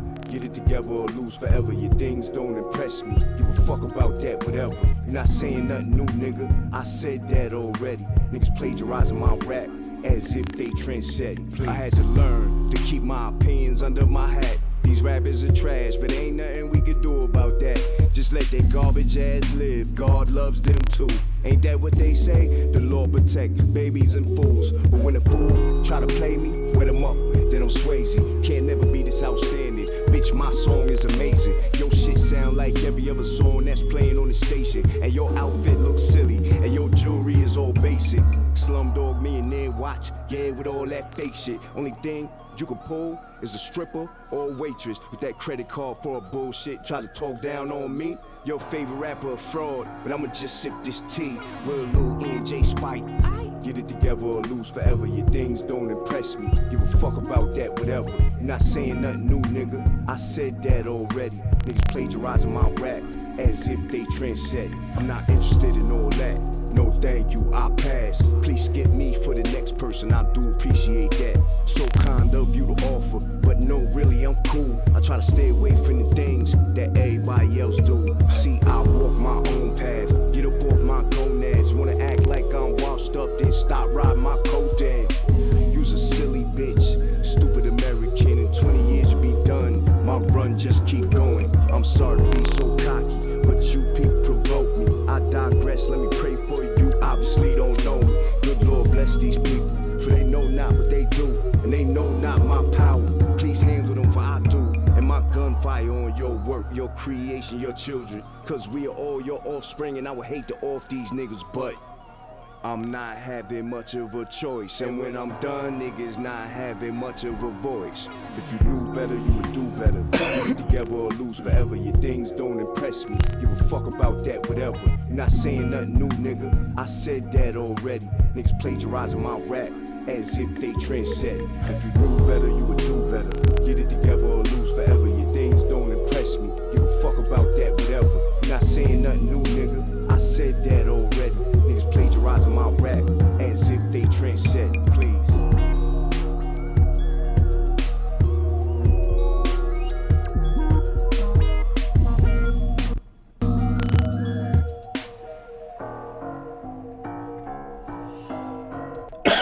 So, there's something that P always did when he makes albums. He would make an album, and he'd listen to it for a month or so, a couple weeks at least. But when I came around, it started to be a month. I'm like, nah, let's really dig into this shit. But that's not the point. So, what P would always do is when he would say, all right, this is my album. After that, 2 weeks, 3 weeks, a month, whatever it was, he'd always come back, and I wouldn't even know he was making it because P was always writing. I would never know. But after like the second album, I figured out his pattern. He would always come back at the end with like 3 or 4 songs and be like, yo, I want to get rid of these 3, and I'm going to add these last 3 or 4 that I just made. He'd always be like, yo, it needs to feel more like an album, and they need to be stronger. So this is one of the 3 or 4 that he came back with and that we took off other records. And he always did that, like every time. And personally, I began to anticipate it, and I couldn't wait to hear the finishers. It was time to finish them, and he would, because they'd always be fire. So I want to play you guys what this beat sounded like when I got it.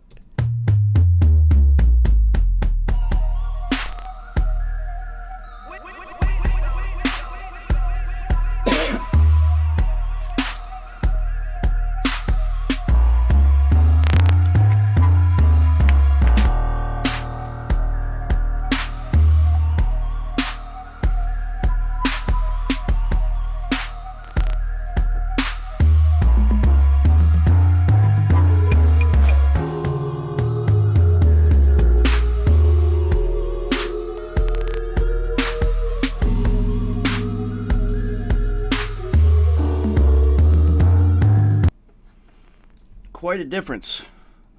Dude, I haven't heard these 2 tracks. J Love, what up? I haven't heard these 2 tracks since I did this. Like, once I had the stems, the 2 tracks were I never wanted my mind to be polluted by what it used to be. It's time to move it on. So, yeah, that's what it was, and this is what I turned it into.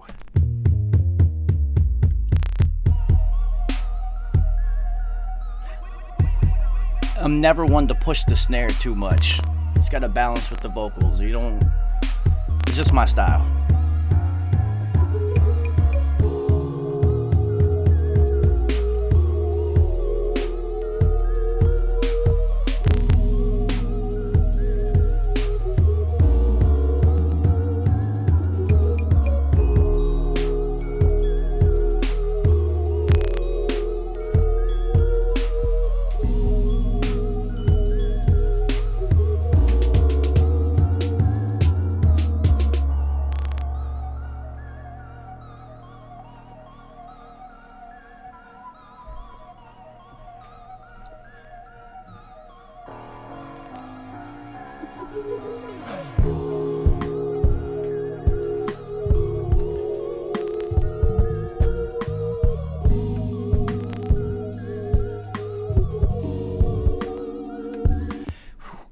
Goosebumps. Thanks, everybody, because it was a lot of work to get things calmed down and to the way that I mix. You know, it's just the way that I do things. But like I said many, many times, P gave me autonomy to do whatever I wanted.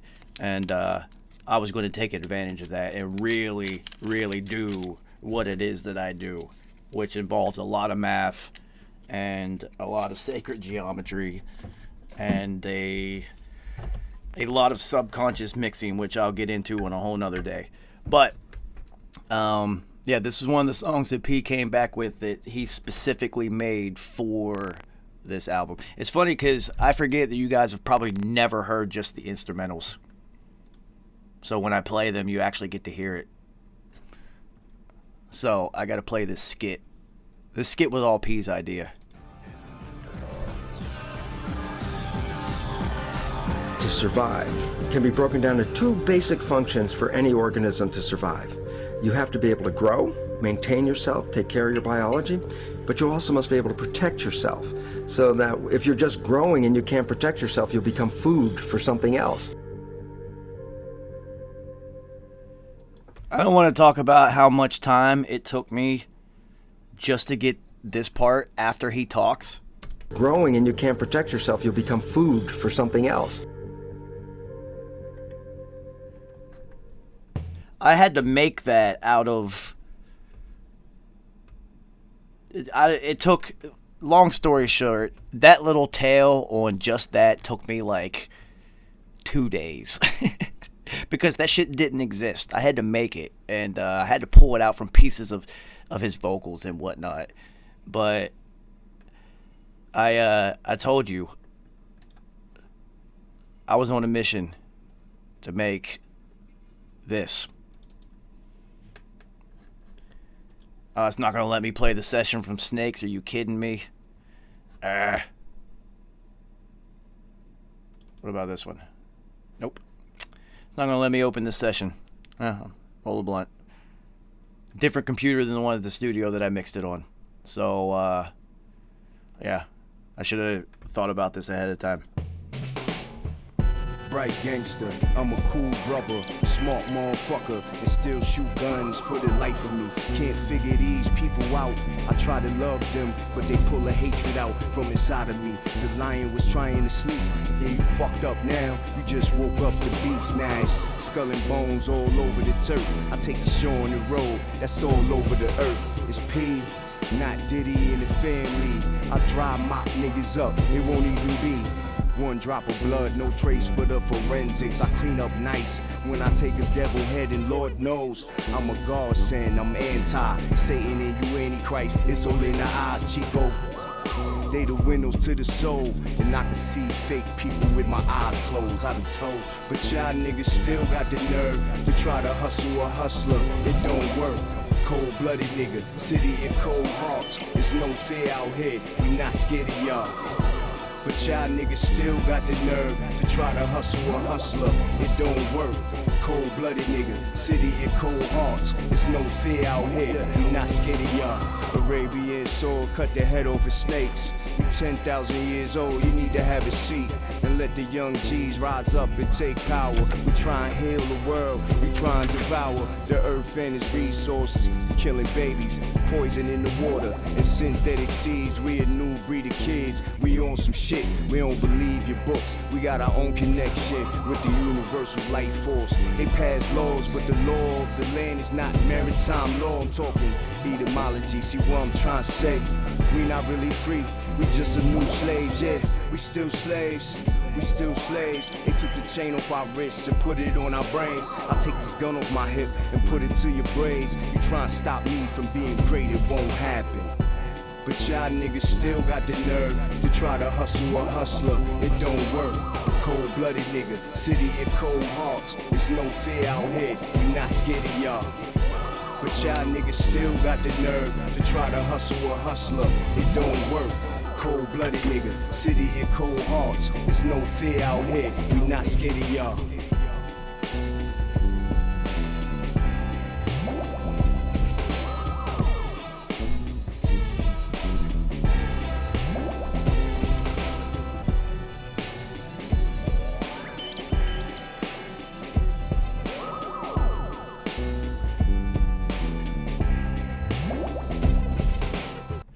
Word. So this was another song.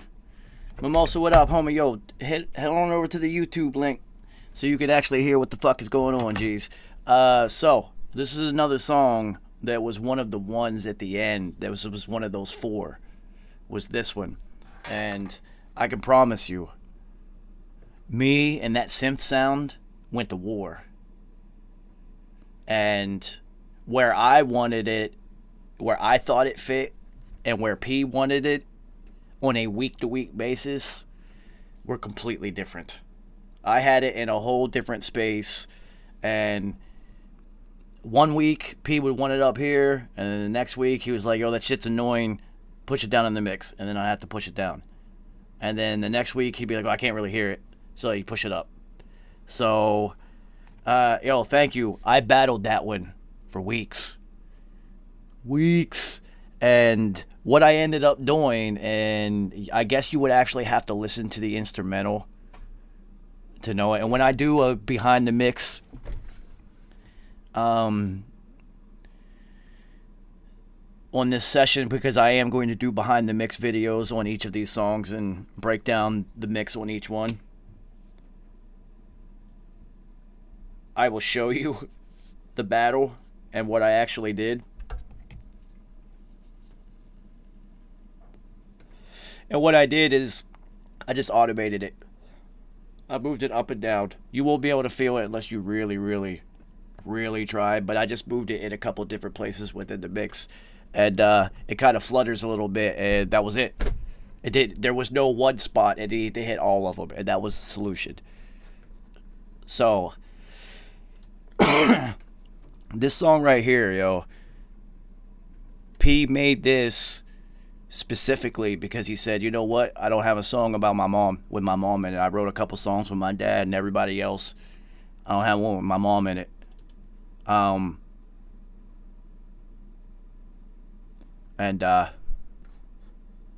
mean, come on, fighting the good fight. Are you kidding me? I was all about it instantaneously.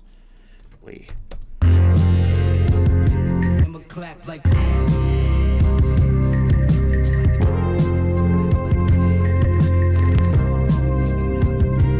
yeah.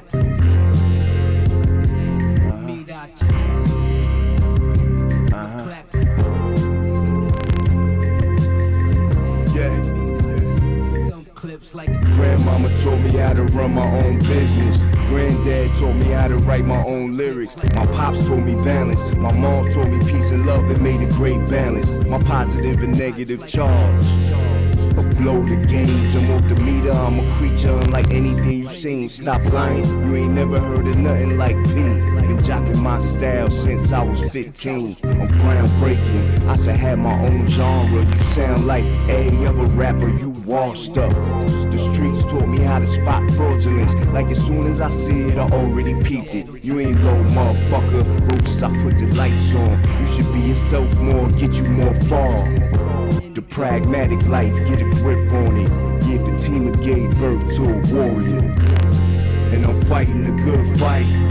Rather die swinging, everybody dies. Man, life too quick, I need more time to live, cause I ain't done yet. I'm fighting a good fight. Rather die swinging, everybody dies. Man, life too quick, we got a lot of things to do. We ain't done yet, no. Grandmama taught me how to lead. Granddad taught me to produce my own beats. Pops taught me to smile. My mom showed me how to roll a joint. Then she gave me Malcolm X to anoint me with black pride. That black power of our ancestors. Strike a nerve when I speak those words. I got Irish blood. Put these bare knuckles on you. Welcome to the fight club. Shoot your gun cause you scared of me. I'm not afraid of that. Time to go and embrace the next plane of existence. But I ain't finished. I serve a higher purpose, don't become nervous. Writers listen to my music and criticize me, but they ain't had to survive the shit that I've been subjected to. They on the outside. Where it's safe to watch, you look alive. And I'm fighting a good fight. Rather die swinging, everybody dies. Man, life too quick, I need more time to live, cause I ain't done yet. I'm fighting a good fight. Rather die swinging, everybody dies. Man, life too quick, we got a lot of things to do. We ain't done yet. Obello, you are exactly correct because Michael Brower taught me how to mix records. So maybe you, more than anyone, if you understand Michael Brower and who he is, now will understand how I mix. It's all about bussing, and it's all about saturation on many, many, many, many levels with a small amount. It's building the three-dimensional portrait of what you're trying to create out of 2 dimensions. So yes, I am Browerizing. I told Michael one day why we were just hanging out in the studio, and I was just like, yo, I'm gonna take everything that you do, I'm gonna make rap music with it. And he was just like, let's see. So you see what I did with it. So shout out to my homie Michael Brower.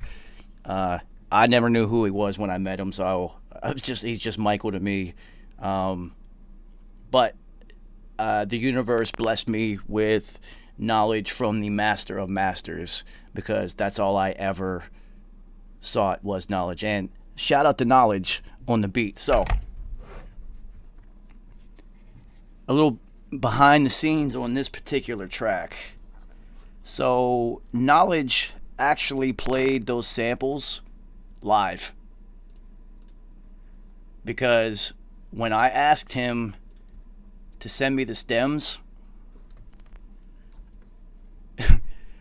I couldn't believe what I got, because what I got was just Havoc's vocals. Fucks when the heat I spit, the hammer clap like the ass on the meat I chick. Dump clips like a bit, the hammer clap like the ass on the meat I chick. Fucks when the heat I spit, the hammer clap like bit, the hammer clap like the ass on the meat I chick. Fucks when the heat I. That's not how it appears within the song. He cut it up live. So when he sent me the stems, that's all I had. And I was just like, there was no way I'm going to be able to figure out how he did this in the right spots. I'm not doing this. So I ended up just using the 2-track on this one. And if you work in rap records, you are going to mix a lot of 2-track. So get used to it and get good at it. But you know, it's I had to utilize every bit of training and skill set that I was given in order to make this happen. But I mean, I'm down for it. I'm fighting the good fight.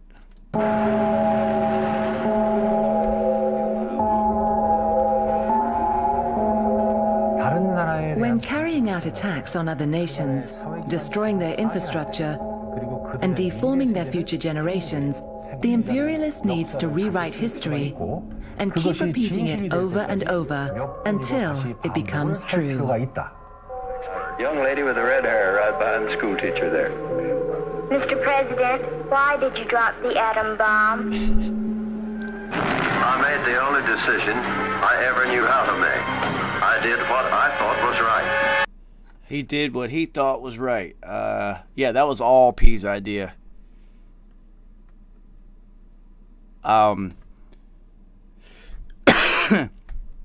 So he wanted that little thing on top of the other thing. The other thing was my idea. So it's a conglomeration of energy waves, if you want to look at it like that, because that's all it was. Is we were just riding the energy waves. Just vessels. Literally conduits.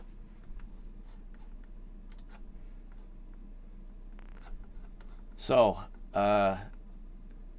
Spiritual War was the last of the 4 that were made specifically for this album. Like, once P knew what type of album he had and what we had made, then he knew he could make this song. I see you got your spin. Careful with that shit.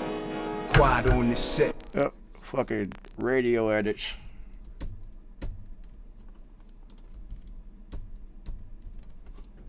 That's hilarious.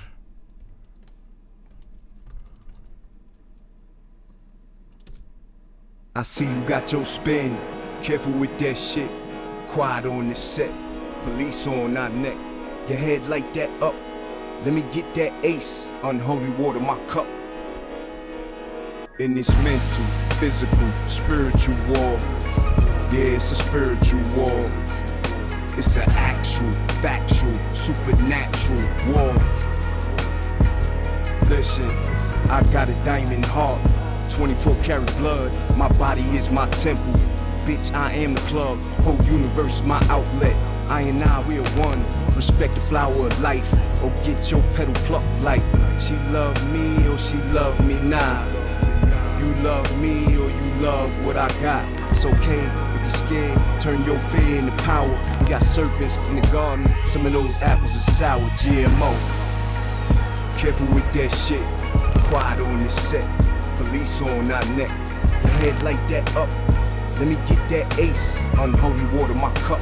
A little Henny. In this mental, physical, spiritual war. Yeah, it's a spiritual war. It's an actual, factual, supernatural war. I got a diamond heart, 24 karat blood. My body is my temple. Bitch, I am the plug. Whole universe is my power source. I stay on, I stay lit. At 1.21 gigawatts, I brainstorm, start raining. Start raining. Start raining. At 1.21 gigawatts, I brainstorm, start raining. On your warriors, we not scared. We stand in front your tanks like Tiananmen Square.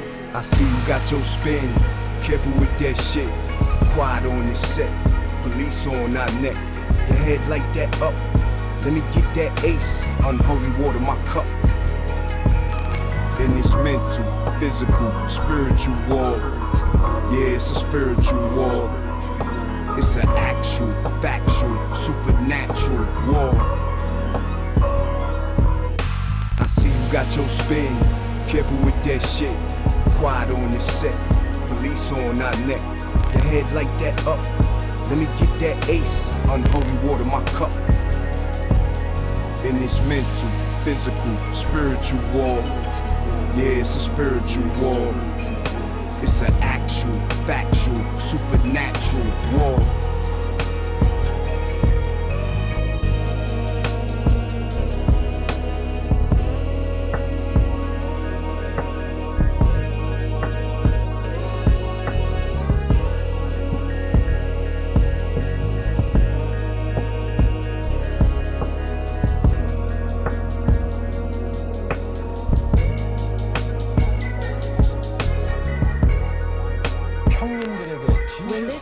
Is regarded by the common people as true, by the wise as false, and by the rulers as useful. Seneca the Younger.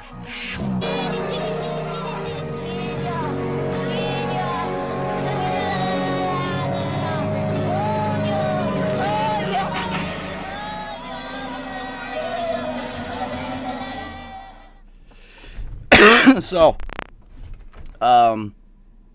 that little skit at the end is longer, and the little wake-up bongs were not included in the end. But we literally cut this one a little bit shorter at mastering, which is crazy. Like, we literally, like, at mastering decided to make this song shorter than it actually was. So,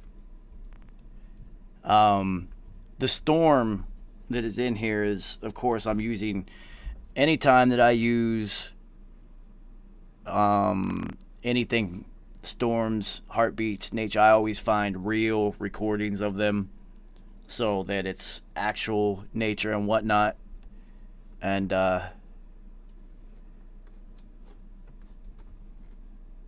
like I said, the 1.21 gigawatts, I was watching the movie when P popped his head out and was just like, what is it? It's 1.21 what? Oh, man. I literally can remember every single moment of making this entire fucking album. So, this next song, No Religion, is literally my favorite song from this album.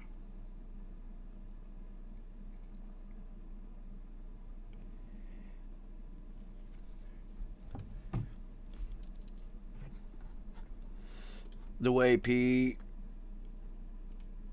goes in on this one,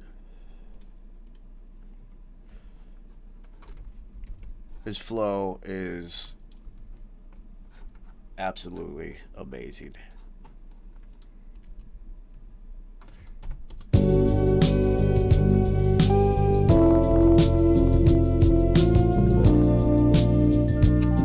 Yeah, that's right. My rap scared the fuck out of people, but I'm just misunderstood. But if you was to listen real good, then you wouldn't mistake me for being crazy. You would learn to love and appreciate me now. Hear me clearly, the reason I am how I am, they don't scare me. I'm not under the spell, I'm not trapped in a cycle, they can't pull the wool over my eyes. I see the truth, for all of our lives we've been lied to, and I know it's hard to accept, so we drink away the pain and party to death. Had so much sex, smoke so much weed, we just wanna have fun, we don't wanna think. We just wanna make dollars, we don't wanna make sense. We don't wanna pay attention, we just wanna pay the rent. Young niggas that blasphemy, no religion. Young niggas that blasphemy, no religion. Young niggas that blasphemy, no religion. Young niggas that blasphemy, no religion. I don't wanna hear about the spiritual epiphany, G's. I'm not a role model, I just care about what make me. More money and celebrity power, more sex, drugs, and fame. A star for my name on that LA sidewalk. That's how you want me to be, ain't it? Cause when I do good, you hate it. But when I'm evil and reckless, you love it. Fanatics, y'all a bunch of sick motherfuckers. You need to grow up and open your minds. I put truth in the song, but you want lies. I put real in rap music, but you want fake. By the time you understand me, it'll be too late. You're so caught up in fantasy land, you so under the spell. I wish you luck, I wish you well. Real men drink water, we stay with our women and raise our daughters. And our little men too, and teach them the things they won't teach them in school. Like ancient black history and how to survive in these modern day times. There's no games being played, no kidding, no bullshitting there. No games being played, no kidding, no bullshitting, and no religion. Young niggas that blasphemy, no religion. Young niggas that blasphemy, no religion. Rap ain't right. Young niggas that blasphemy, no religion. Young niggas that blasphemy, no religion.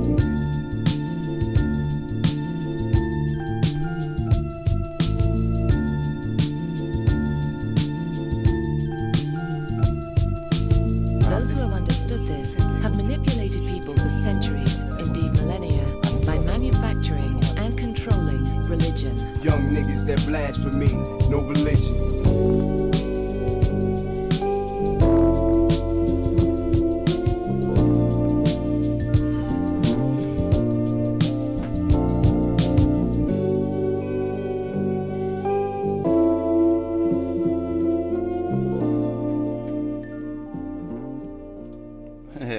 So, there's a few records in my career that when P walks out of the booth that I'm not sitting down, that I'm just like, what just happened? And this was one of them. So I couldn't help it. Like I was already up before he got out of the booth, and at this time, this was the house studio, and the desk was here. The vocal booth was literally like right at the back of the room. So when he opened the door, I was already standing up with the Cobra hands, like, what the fuck what was I just part of? And I was just like, yo, you absolutely destroyed this record. And his response was, Jay made it a hot line, I made it a hot song. And then I just hit play so we could listen to it again. True story. That's literally was his response. So you know that he had planned this one out the whole time and put it on the No Religion track because of Jay-Z's affiliation. And spirituality views and whatnot. So very encoded jab. But yeah, Jay, you made it a hot line. P made it a hot song, and I know that you was mad as fuck whenever he heard it. I know he heard it. He can't act like he ain't heard that shit. So when he heard it, and the song is called Blasphemy, I know he was mad as fuck, yo. And you know what his response was after this album? That's when he made 444 and tried to hijack the woke dope rap album. We know what you did. Your shit was whack anyway, yo.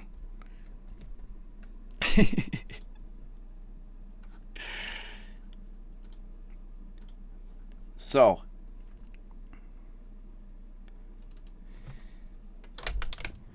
this song was the second one.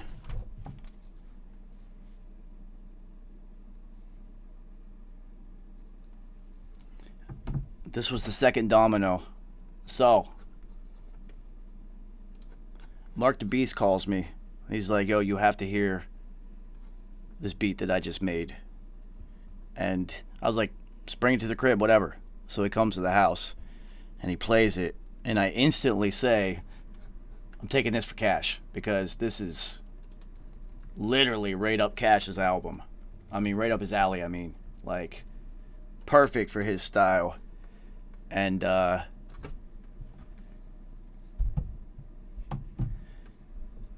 he was like, hold on, let me, I got a thing to do real quick. And, as soon as I said that, P, who was playing Grand Theft Auto at the time, pops his head into the studio and says, nope, I need this for my album. And Mark, without hesitation, says, yeah, of course you can have it. And I'm just like, God damn it. So, I didn't even, there was no hesitation. My mind moved very fast. As soon as he said, I need that for my album, Mark was just like, of course you can have it. I instantly switched my game plan and said, you can have this beat, but you got to put Cash on this record. And he said, bet. Now remember, we weren't, Hegelian wasn't even a real thing yet. So only Microcosm had been made. And so P instantly was ready to record this one, because he had written this song and tried it on many different beats. I think we had tried it on like 4 different beats, and it just never worked. He just kept saying it's not good enough. It's not good enough. This record is too strong to oh shit. Am I muted? I can't be muted. That's not possible. No, I'm not muted. So anyway, he says it's too strong of a record. I can't waste it. So as soon as he heard this beat, he knew exactly what he wanted to do immediately.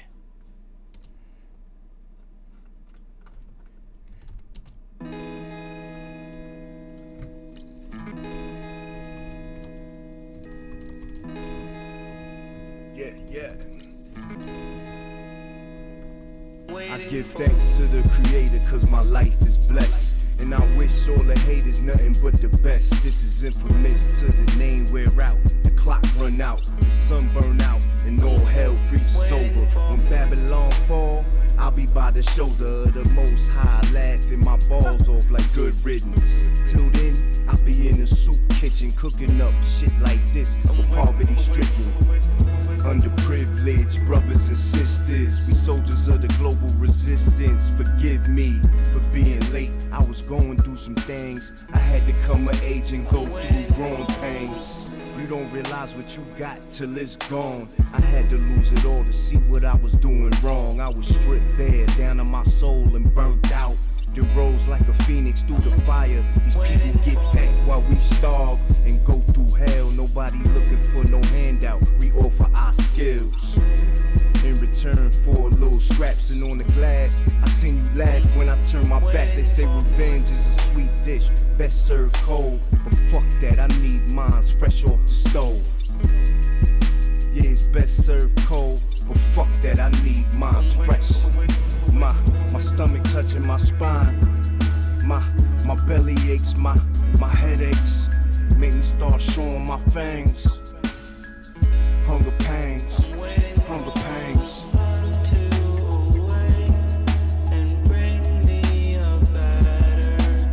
Make me start showing my fangs. Hunger pangs, hunger pangs. Shit crazy out here. Niggas hungry like a motherfucker, you know? Niggas stomach on the gate. In a world full of hatred, insanity and vanity, we all forget the basics, destroying what is sacred. Often lose patience for instant gratifications, whether tail that you chasing or the numbers like the Matrix. What this is cash bills unplugged, the flow's medicated. Those with their brain on drugs, heavily sedated. Sleepwalking through it all, with plans to run the city. I'm just out here for a job, and I'm about to walk it off. Cause I ain't racing y'all lanes ringing bells. Long as I jingle like small change and keep the small thing right in the boot. Was in the club, some niggas wanted my loot. I'm outside, I feel incredible. Miss Angelou poetical, giving all my cage birds a better view. A better me, a better you. My nigga Mills be home in a few. They gave him 10, he got 2 more to do. I'm still brothers dying, mothers crying. Police wild and they tyrants. We hear the sirens, get in the crib. Man, they still trying to change where I live. I'm waiting for it. My stomach touching my spine. My belly aches, my head aches. Well, you know what I'm not waiting for? Is my motherfucking homie. Mark the Beast. What up, homie? Oh, your studio's looking good, bro. Your studio's looking nice too, man. How's it going? Yeah, son, your shit is looking dope, yo. Congratulations, man. Thanks, bro. Pork Bun, what up? Oh, where's Pork Bun? Yeah, she came to say hey. Come here. Hey, Pork Bun, what up? Yeah. Oh, nope. Oh, she doesn't want to say hey. Yo, what's good? Yo, what's good though, son? Just chilling, man. Yo, you look happy, man. I like it. Yeah, so do you, man. Yeah, LA's doing good for you. Yeah, the water's good. Dude, I only drink Jamaican water. I don't fuck with the New York shit. Yeah, is Jamaican water? Is that the wave? Is that what's Yo, this Gem water, GEM. It's bottled at the source. It's the best water I've ever had. I do alkaline water. It is alkaline. It's naturally 8.2. It like comes from some crazy place or something. Yeah, and that's some mountain source in Jamaica, dude. It's fucking incredible. Oh shit, you're gonna have to send me the link. Yeah, I will, dude. I put everybody onto it. It tastes like I'm back in the mountains of West Virginia. It's fire. Yeah, it's incredible. So, we're just breaking down the album. So it's perfect timing that you are available at this moment. The universe is aligning shit right now. Perfect time. So, I was just telling the story of how, we weren't even creating Hegelian yet. Yeah. It wasn't even an idea. I just talked to Mimosa. He just joined, and I was just talking. We were talking about that 420 show where you just randomly popped up out of nowhere, and I was like, "What the fuck are you doing?" Yeah, that was so random, bro. What the fuck? But Mimosa, we had done Microcosm together, and that was like we were supposed to just give that to him, and he was going to use it for his project, and I was just like, "This shit is too dope. I'm not sending this to him." And then, literally, I swear to God, it was the next day you called me, and you're just like, you have to hear this fucking beat that I just made. Because I had just gotten back from Oregon not too long earlier, and I was working with Emancipator, and Emancipator had been doing this shit where he was, like, sampling himself because he was tired of getting sued. Because he had just... And... the way that he did it, I came back and I was talking to you about it. I was like, yo, that shit was so ill. Literally, a couple days later, this guy said, he's like, yo, you got to hear this fucking beat I just made. Yeah. And he sampled himself because Mark traditionally does not make rap music. That's not, like, really what his forte is. But, hasn't been. Well, I mean, P, the left-handed rapper, could rap on anything, so, whatever. And him and Mark ended up doing more than one record together. So, especially look out for possibly on the Book of Heroin, maybe. I don't know. We'll see.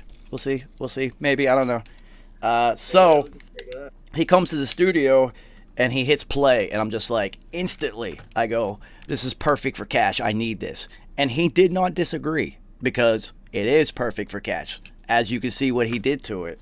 And then P popped his head with the PlayStation controller in his hand, popped his head in the studio and said, I need this for my album. And Mark did not hesitate and said, yes.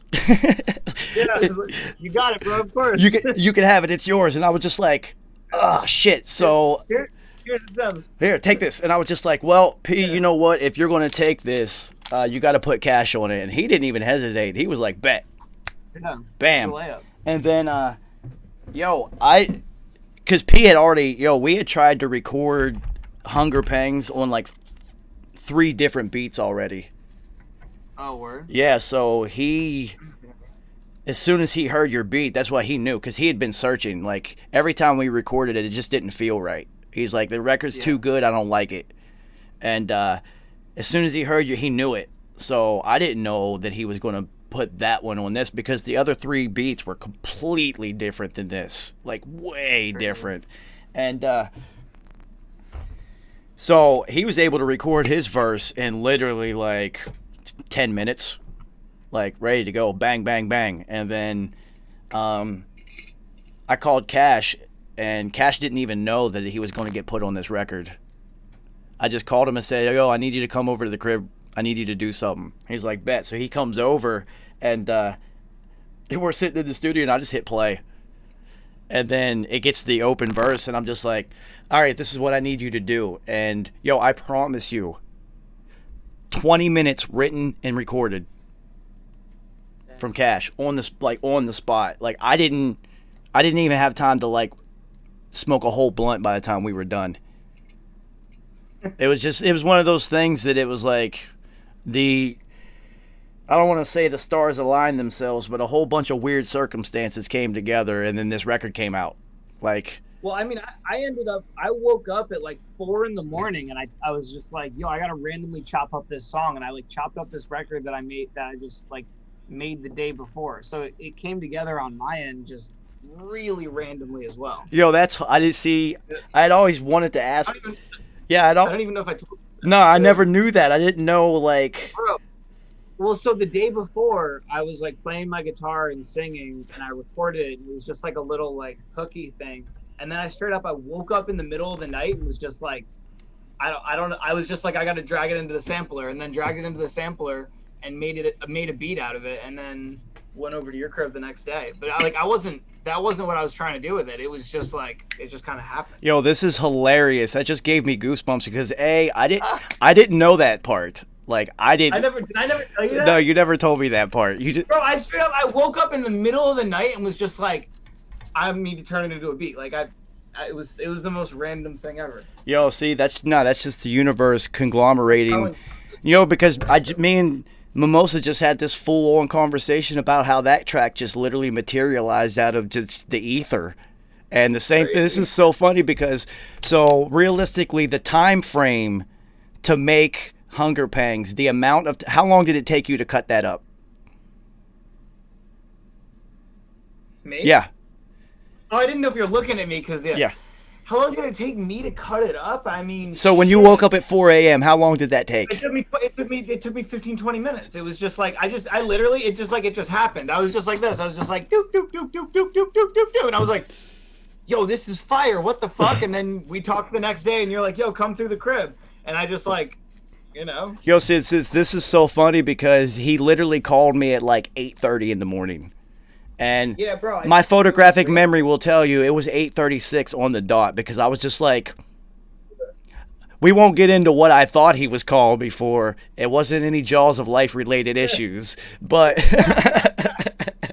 yo, bro, it was weird, because at that point, I'm definitely doing more of it now, but I wasn't really flipping stuff that I was making into beats. That wasn't something that I was doing at the time. So it was a really random kind of situation. Yeah, you and I had talked about it because Emancipator was doing it, and it was so fucking cool. And I was just like, well, I know Mark could probably do this shit. Because that was like 8 years ago or something. Yeah, dude, it was a long. Like, that was a long fucking time ago. It was, and at that time, you were still making a lot of rock music. You were still like heavy into like. I wasn't. Now I'm making like beats all day, but like. No, That's what I'm saying. You guys, I wasn't even making beats like that. This is all the universe just creating and us being vessels, because he was making rock music, which I was just like, well. And when I first met him, his name wasn't Mark the Beast. I made him change his name. And now it isn't. But yeah, I know. Like, well, whatever. It worked for a while. Yeah, exactly. Well, I mean, as far as on that album, that's what it will always say. So, at least for that moment in time, you were the Beast. It's been 4 years. Shit. Yeah, I know, it's crazy. So, yeah, dude. So you 20 minutes to chop.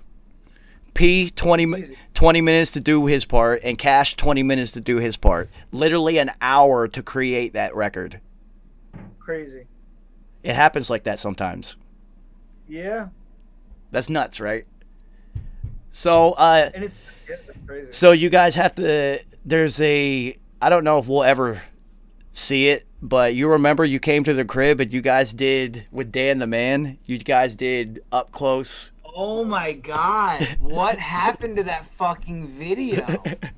So, well, I mean, we never went past that part because we had this crazy ambitious idea. Yeah. And it was... Yo, we need to track down that footage somehow, bro. That shit... So it was, we were going to send out like the footage frame by frame to like hundreds of fans, like, you know, like other rappers, like everybody, and have them just draw the frame in any style whatsoever. 3 seconds, it doesn't matter. And then put those all together to make the video. Yeah. And that's why we did all the headshots like that. I forgot about that. Yeah, right. And that's what I totally forgot that we did that. That's what the video was going to be. And then the reason that never materialized is because motherfucking Justin Bieber did that shit like a month after we recorded that footage, dude. And it was just like, oh, God damn it. And it's just like, well, we can't put it out, because that was going to, we're literally going to put that out first with the video, and it's just like, it's going to be too close to this one. Everyone's going to think that P's biting off of Justin Bieber's shit. So that's what happened to that. The footage still does exist. And, you know, maybe one day if the universe grants it, it literally just head performance shots. Like, it's just... I would just love to see that, because... Damn, that's been a minute. I would love to see what that looks like. Yeah, no, me too. I haven't seen it since, you know, shortly after that. You know, it's... Someone's got to hit up Dan and be like, yo, that raw footage, shoot it over. Yeah, I know. We're still trying to figure out, like, what possibilities are there to do with it, because it is just that footage. That's the only footage. Yeah. But if you think about a video, it's so choppy and scene spliced, right? That's true.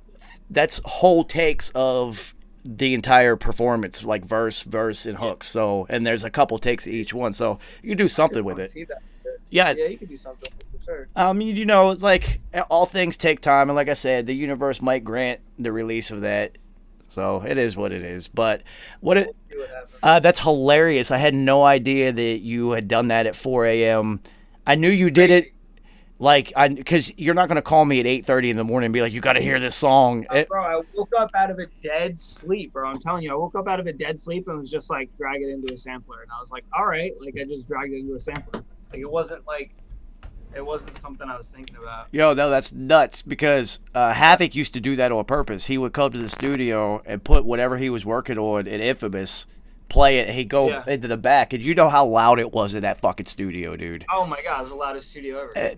It's literally the second loudest studio I've ever been in. You know, that's monumental. So he would. Is that studio still around? It's like a real estate office now. They have no idea the debauchery and mayhem that used to go on in those walls. The speakers aren't in there? Nope. It's really like a real estate office now, dude. I drove by it once, going to go through that section of Queens for some random thing, I went to go to the computer repair guy who still lives behind the studio. He's still doing his thing. And I went over there and I drove past it. I was like, dude, they were in the middle of construction. I walked right into the middle of it and just started taking pictures. Everybody's like, yo, who the hell? Everybody's like, who the hell are you? I was just like, you are not going to believe what this used to be. There's no fucking way. And then I just walked out. And they were just like, what the fuck was that about? Right. Yo, damn. But yeah, he used to go sleep on the couch with the just thumping, actually pass out, and then he would wake up and literally go finish whatever it is he immediately whenever he woke up. Just crazy.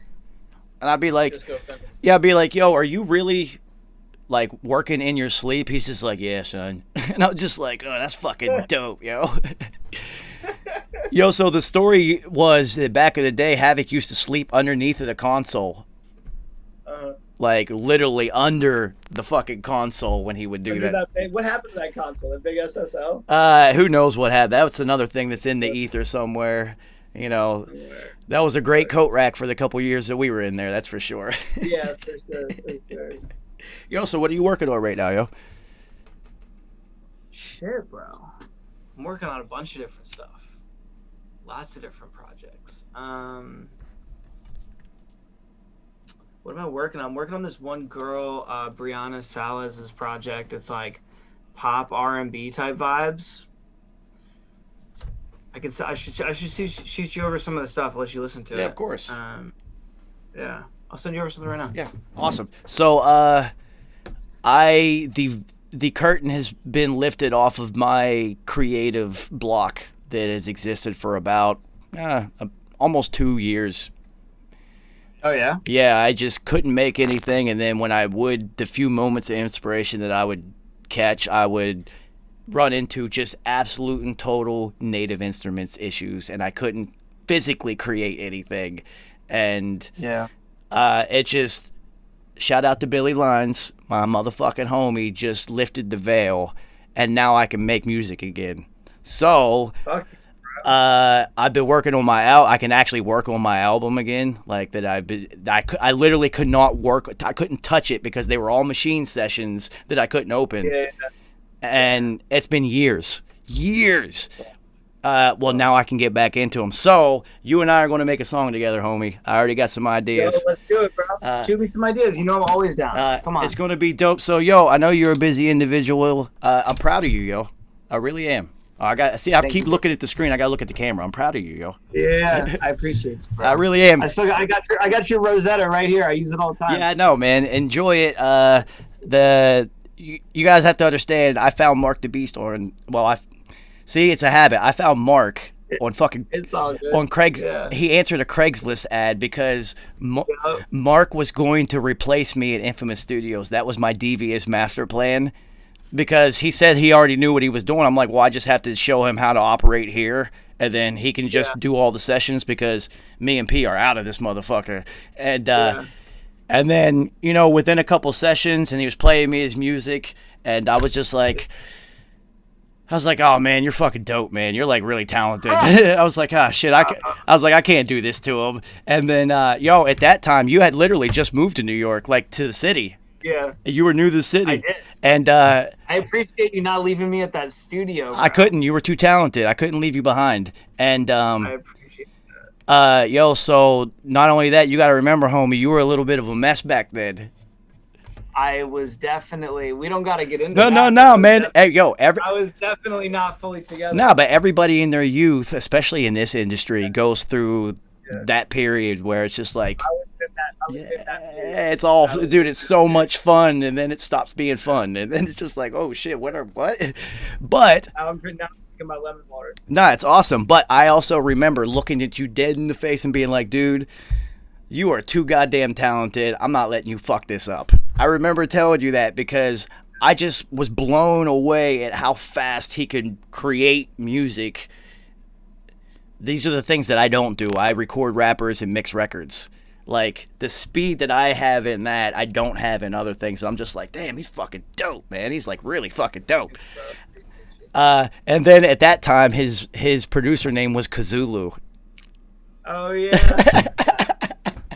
Damn, you remember. I don't forget anything. I have total recall, so yeah. That's crazy. That was a long time. Dude. That was easily 10 years ago. Yeah, a long time ago. So I also remember telling him at that moment when he told me what his producer name was. I said, "No, it's not. You can't have that. You can't have that name in this studio. This is the infamous. This is like a rap. They're gonna slaughter you here. Like you can't do that to yourself." Facts. And then that's when the other iteration was born, and now you're on your third iteration, and everything comes in threes because this is the best one. Yep. Thank you, bro. Yeah, dude. So I appreciate your time. I'm gonna get back to the people. I appreciate your contribution to the album and to future albums. Oh, I just dropped a nugget. And we're gonna be working together, homie. It's on. So I'll talk to you soon. Talk to you soon, bro. My motherfucking homie, Mark the Beast. So yeah, man. The creation of this album is such a long and winding, twisting road of happens and circumstances. It's like the Slumdog Millionaire rap albums. It happened because it was supposed to. So, PhD, the story behind PhD, y'all, is there was no way we were going to be able to put this record out. Like, it was impossible because it's not a sample. It's an actual song that P just rapped on because we were recording and working with Wyclef and his cousin Sadiq at the time at Daddy's house in Manhattan for like a week. We kept going there. And when P would get done doing the things he was required to do, like whatever feature or whatever, he would, they were like me. Sadiq was exactly like me. He'd play something completely random to refresh the energy in the ears. And P, if he likes something, he's jumping on it. And Sadiq played this song, and P literally said, "Yo, put that in Pro Tools." As, like, one arm in the jacket. Like, yo, load that up. And this is another song that was literally created in, like, 20 fucking minutes. So this is another one that I was just like, what just happened? What was I just a part of? Was that even real? Because I was high as shit, of course. And I was like, so we battled for months about this one because he was like, there's no way we can put this out. It's impossible. And I told him I'm going to figure a way.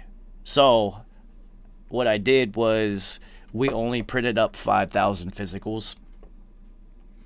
And we put it as a hidden track at the end because the way the music industry works, they legally have to send a cease and desist letter first before they can sue you.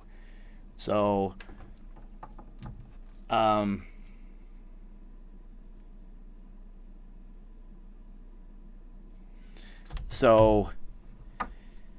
was like, yo, we're not making any more physicals, and it's not going to be on streaming services, so who fucking cares? They send the cease and desist letter. Those 5,000 sold out the first day.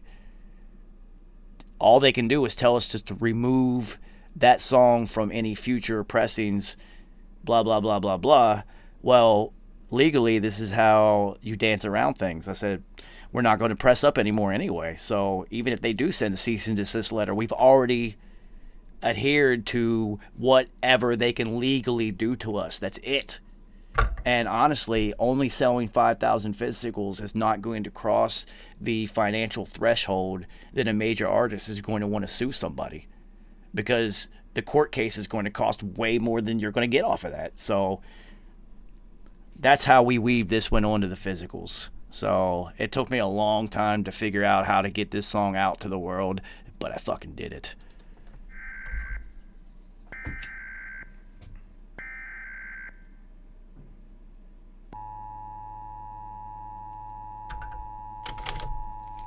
Here is a special and urgent message for you. Authorities have determined that it is advisable for all persons to leave the city. Your safety and perhaps your life depends on remaining calm and following these instructions. Get your theory. Yeah. Know your time. Know the time. Don't you worry. Don't. When it's fine. Don't Don't worry about it.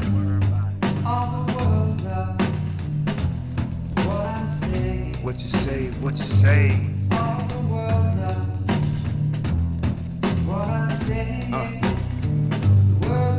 Let's go. Infamous life, big bandana, general bars, major rap master, certified heron, the Perry on Dawn, hip hop god, legend of the hood, IR. The myth buster, I'll reveal the facts. So don't be shocked when your fave rapper get his head wrapped. I don't draw first blood, I just clean up the hazmat. I don't go looking for trouble, I'm past that. Greener pastures, bluer skies, clearer oceans, above and beyond. All that whack shit, banging adult music, drinking mature grapes. I can't fuck with a sucker, I'm on another page. I'm too cool, I'm too hot. My bitch too badass, let them Tupac. My shit so good, the fuck I wanna rap with you for and waste my gift on some bullshit lame nigga song. My words. Work it on now, work it on now. Don't worry about it.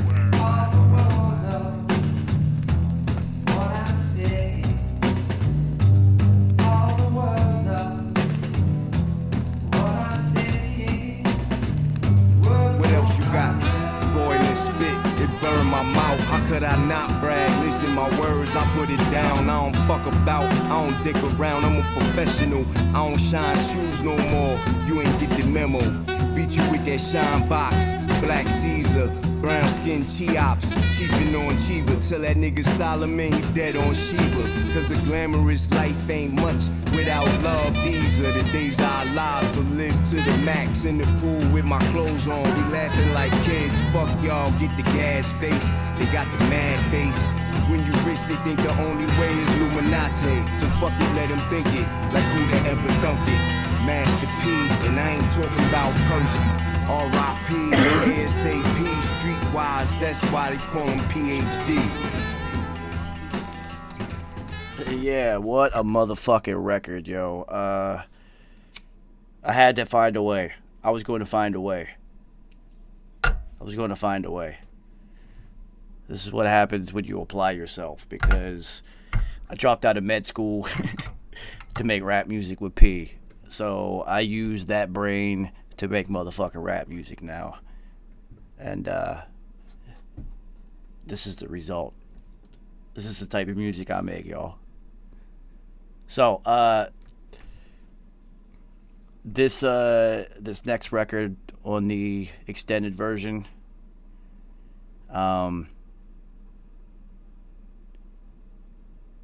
I think this was originally one of the songs that was going to be on the original album, and then was taken off and replaced by Snake's Spiritual War, As If, and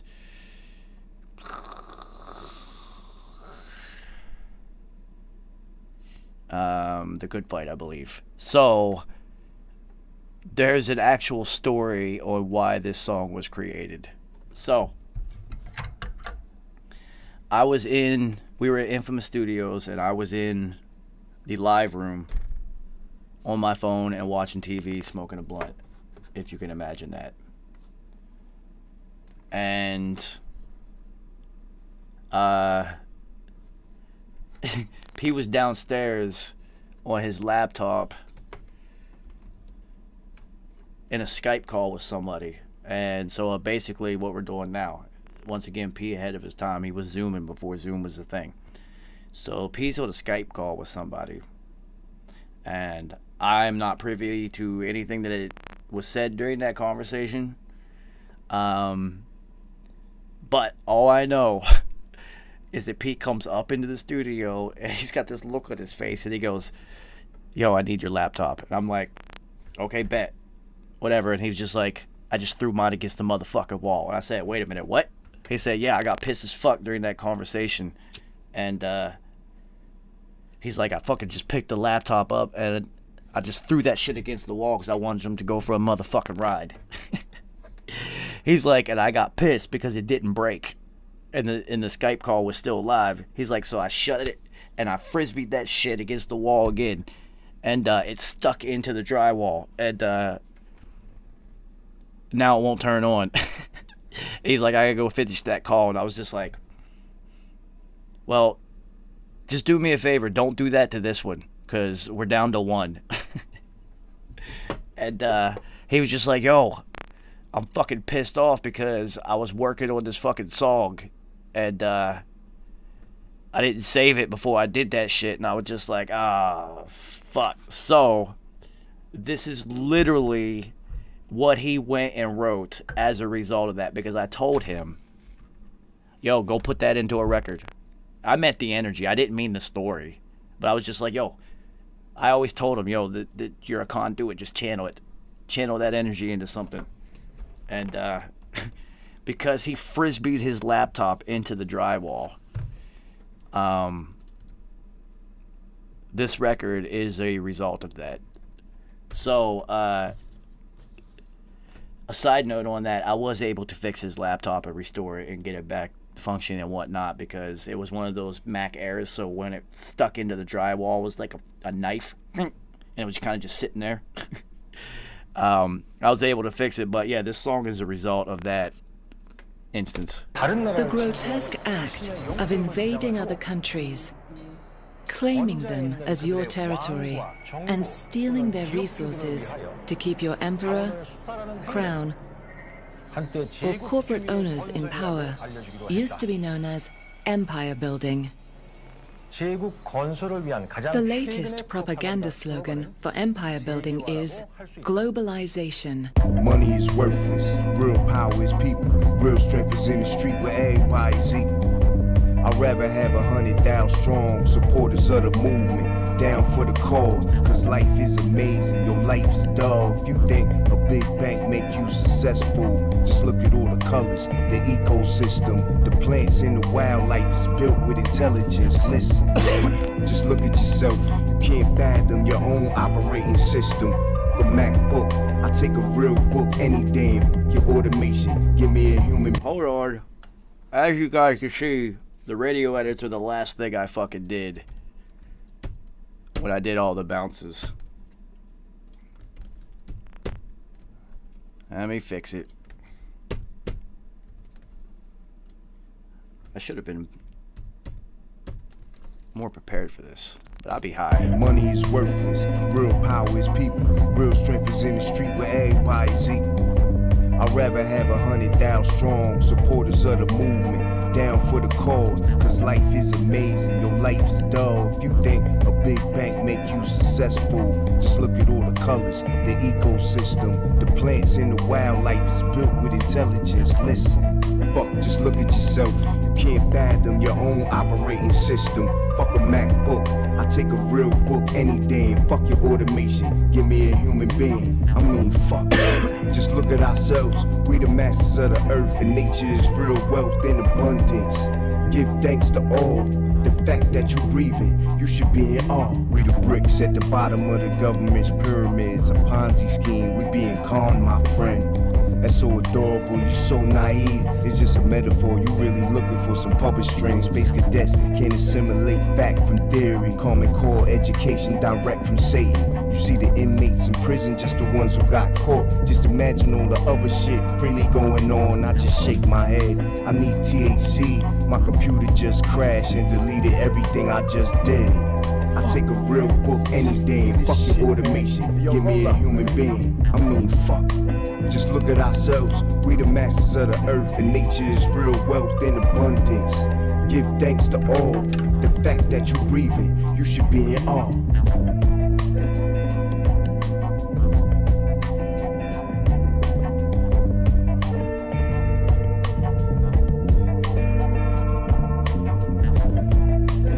Yo, so the end of this record. And fuck your automation. Take a real book. Fuck, man. Just believe this shit, man. Hey, yo, roll up, man. Yo, so I made P say that because I saved this part of the story for this moment, because that's what he said when he opened the door and had the look on his face to the studio. Yo, fuck, man. Yo, fuck this shit. Yo, roll up. And I was like, okay. And I I was already smoking, so I was just like, here. And then he told me what happened. And this song is literally the result of that moment. Which, that's all music and art usually is capturing a moment. That's all engineering is capturing a moment. So, this next record on the deluxe, No Contest, was actually... it's not going to let me play the goddamn session. I forgot to go get this. I thought I did. Whatever, I'll just play the record. So this song was actually the second song on the original cut of the album. After Mystic. It was Mystic and then this one. And P said, nah, it's too slow. If you're going to put Mystic first, after he agreed, he's like, this one's too slow. So this is one of the songs that got moved off of the album and replaced with one of the other ones. But always thinking ahead, there was always the thought of a deluxe version and extra songs on like vinyls and things like that. So we already had the material for that.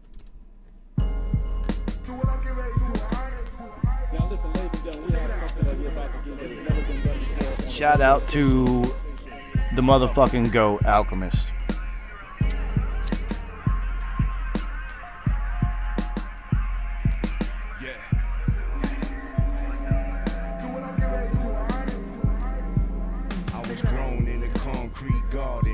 Synthetics, do your research. My genetics, 100% organic. The earth and the sun provide me with all that I need. Can't dig up my grass roots, they too deep, I don't budge. The mainstream comes to me.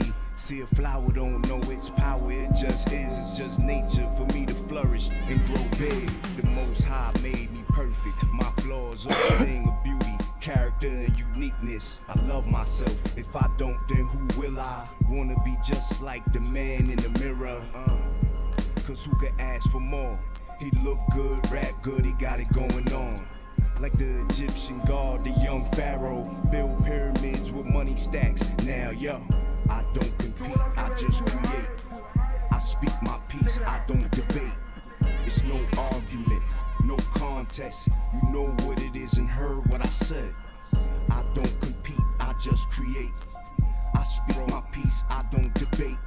It's no argument, no contest. You know what it is and heard what I said. I'm the black rose that grew through the crack in the sidewalk. A miracle baby, look at me. I made it through the broken glass and the dope needles too. In them little baggies with the coke residue. Touch me, your hands gon' bleed from the thorns. A defense mechanism that was given by God. I'm not out to hurt nobody, it's not in my nature to do such things. I just live my life until my little time is played and return to the essence from which I came. Until then, get familiar, you would wanna be on my side. Ahead of time, I'll catch a bandwagon ride. Cause when the shit turned violent, the infamous mafia shut down the whole environment. Get 'em.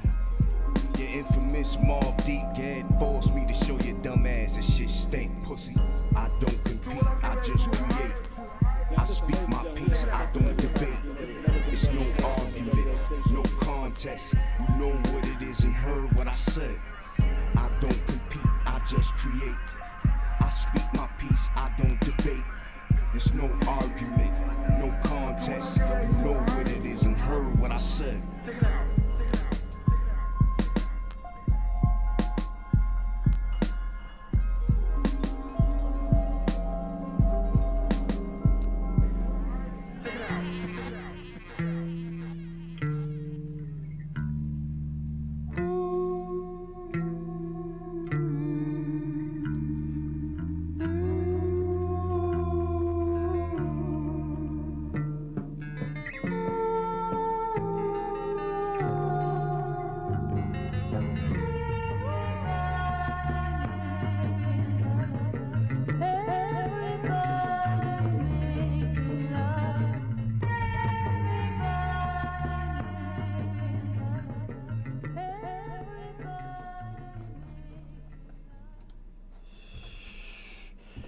Word. So that little extended end only exists in the ether for a few reasons.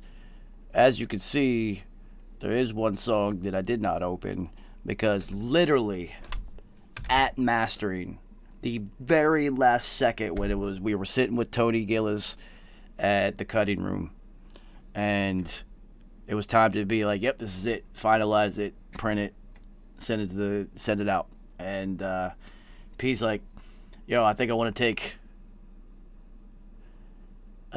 Epitaph off and put it on the Book of the Dead.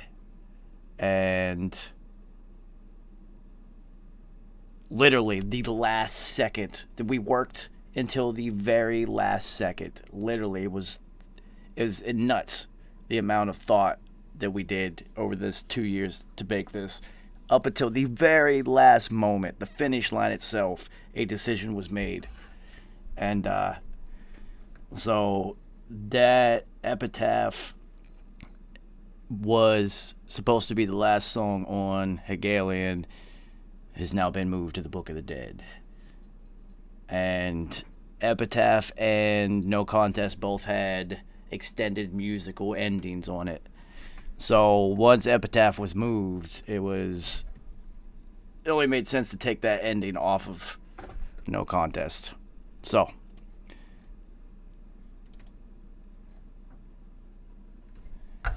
down to another lighter. Down to the last record.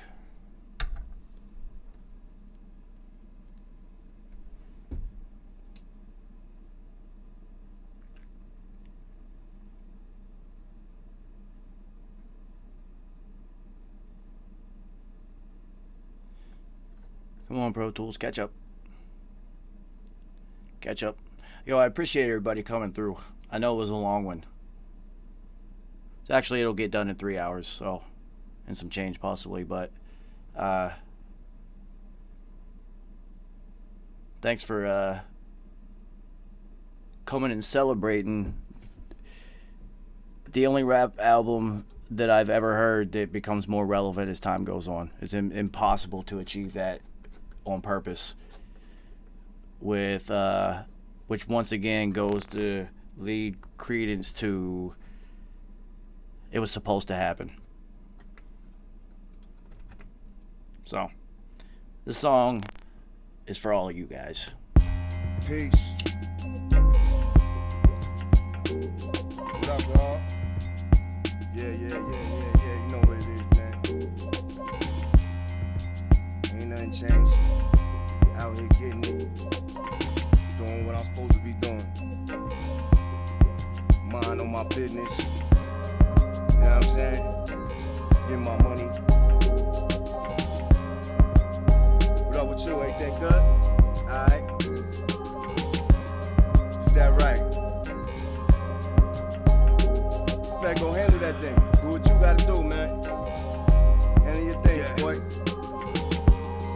May the good Lord bless you with everything you hoped and wished for. Bless you. May you live a long life, make long money, sleep good at night. I wish you nothing but the best. May you love real deep, may you laugh real big. I pray your enemies fail, and you ain't never gotta spend time in jail.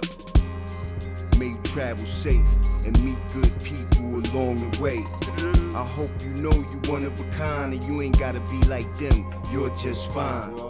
I wanna see you become wealthy, and more important than that, stay healthy. Godspeed, and pray you never had to lock horns with P. Oh, hell no. Peace be with me, the dark and the light angels protect me. That's right. Life is about balance, you try to be cool, but sometimes it gets violent. Peace be with me, the dark and the light angels protect me. Life is about balance, I'd rather be cool, but out here it gets violent. Out the shadows, let the moonlight shine on that. Keepers of the night, keepers of the holy. Rapping words, the spirit is strong in me. I use the force, careful with that shit, baby. I feel I'm still learning my own strength. Sorry if I wasn't perfect when you thought I should have been. I'm just a work in progress. I know. I encourage myself to be better and master the art. It's a long time coming, seemed like the other day I was just being myself. They calling me a late bloomer, and I don't know if that's a compliment or insult. And And I don't give a fuck, really keep talking. Got 2 pair of watch like the Polo Kid. My time is so precious, why would I waste it? When a silly bitch like you would miss my chance to realize my greatness and become who I am. Baby, peace be with me. The dark and the light angels protect me. Life is about balance. You try to be cool, but sometimes it gets violent. Peace. Peace be with me. The dark and the light angels protect me. Life is about balance. I'd rather be cool, but out here it gets violent. As I take my gun off before I pray, I don't have a problem with meeting God halfway. Yeah, we believe in a higher force, and may God be with you through this war. It's real out here, man. Crazy out here, man. Peace. You have just been exposed to a range of propaganda devices used by the West to control, manipulate, neutralize, and anesthetize entire populations, its own and that of other nations. So, there's one thing I want to show you guys on this. Did we not keep it? We might not even have kept it.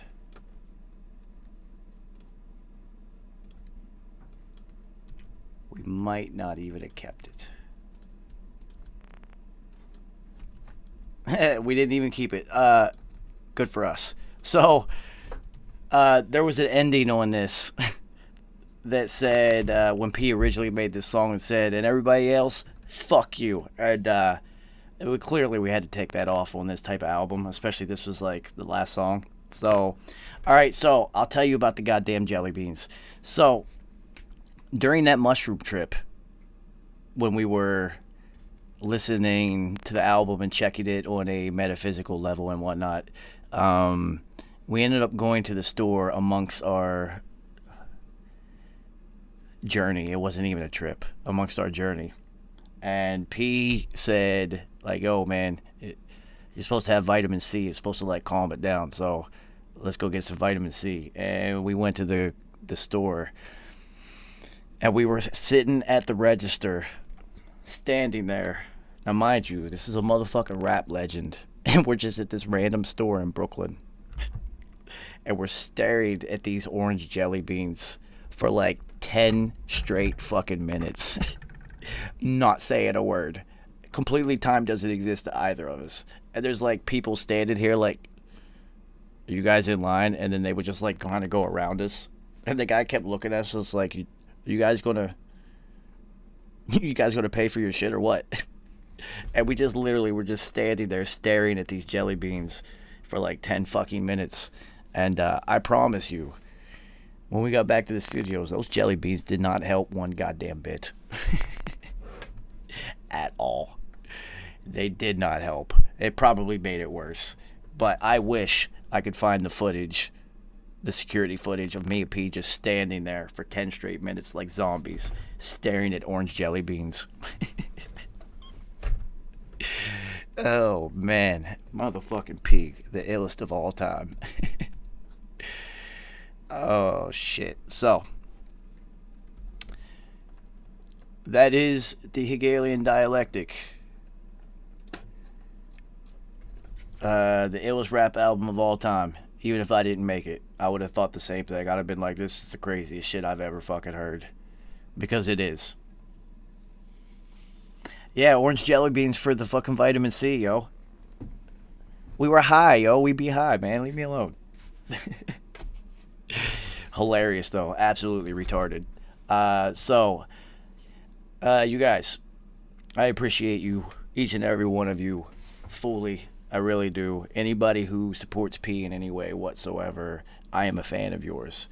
So, I appreciate you coming through for this journey, this 3-hour venture that we just went on. It was a long one.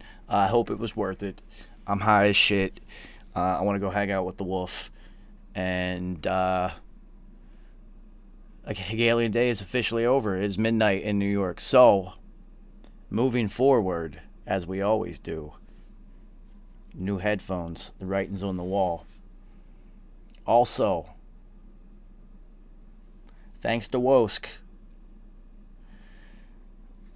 moving forward, seeing me in any way, there will be a 333 logo. And it's done. And it's time to break it out and start making some dope shit with it. So that doesn't mean that I am not representing Hegelian Dialectic, the Book of Revelations, with everything that I am. I just firmly believe that as a human being, you could never let just one moment in time define you. So that book of knowledge is there and will for always and forever be there for those who are ready for it. And that was the point. And P said it to me the last conversation that we had in person. He said, Joe, you're right. I get it. They're not going to, this album's not going to be, it's not for people until they're ready for it. The other albums are for now. So we knew it. We knew what it was, and that's why we did it. And nobody guessed the amount of nuggets. I will keep the contest open and let you guys dig in again. Just DM me with your answers, and if you are right, you are going to win some stuff. I got stuff like this. You can't really see it. And these. And some mob feet. So, and now that the logo is a thing, the merchandise is going to start occurring. So that's why we're moving forward. Thank you guys. And just as a hint, I'm going to cover up the actual number. The hint of the amount of nuggets in this album. You see all those?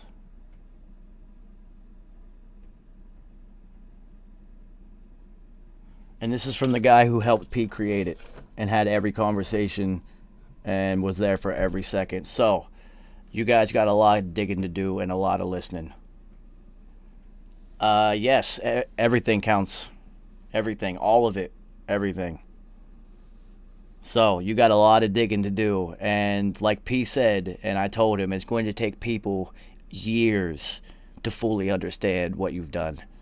And it will. It's been years, and people still have no idea everything that it took to make it and that's actually in it. So,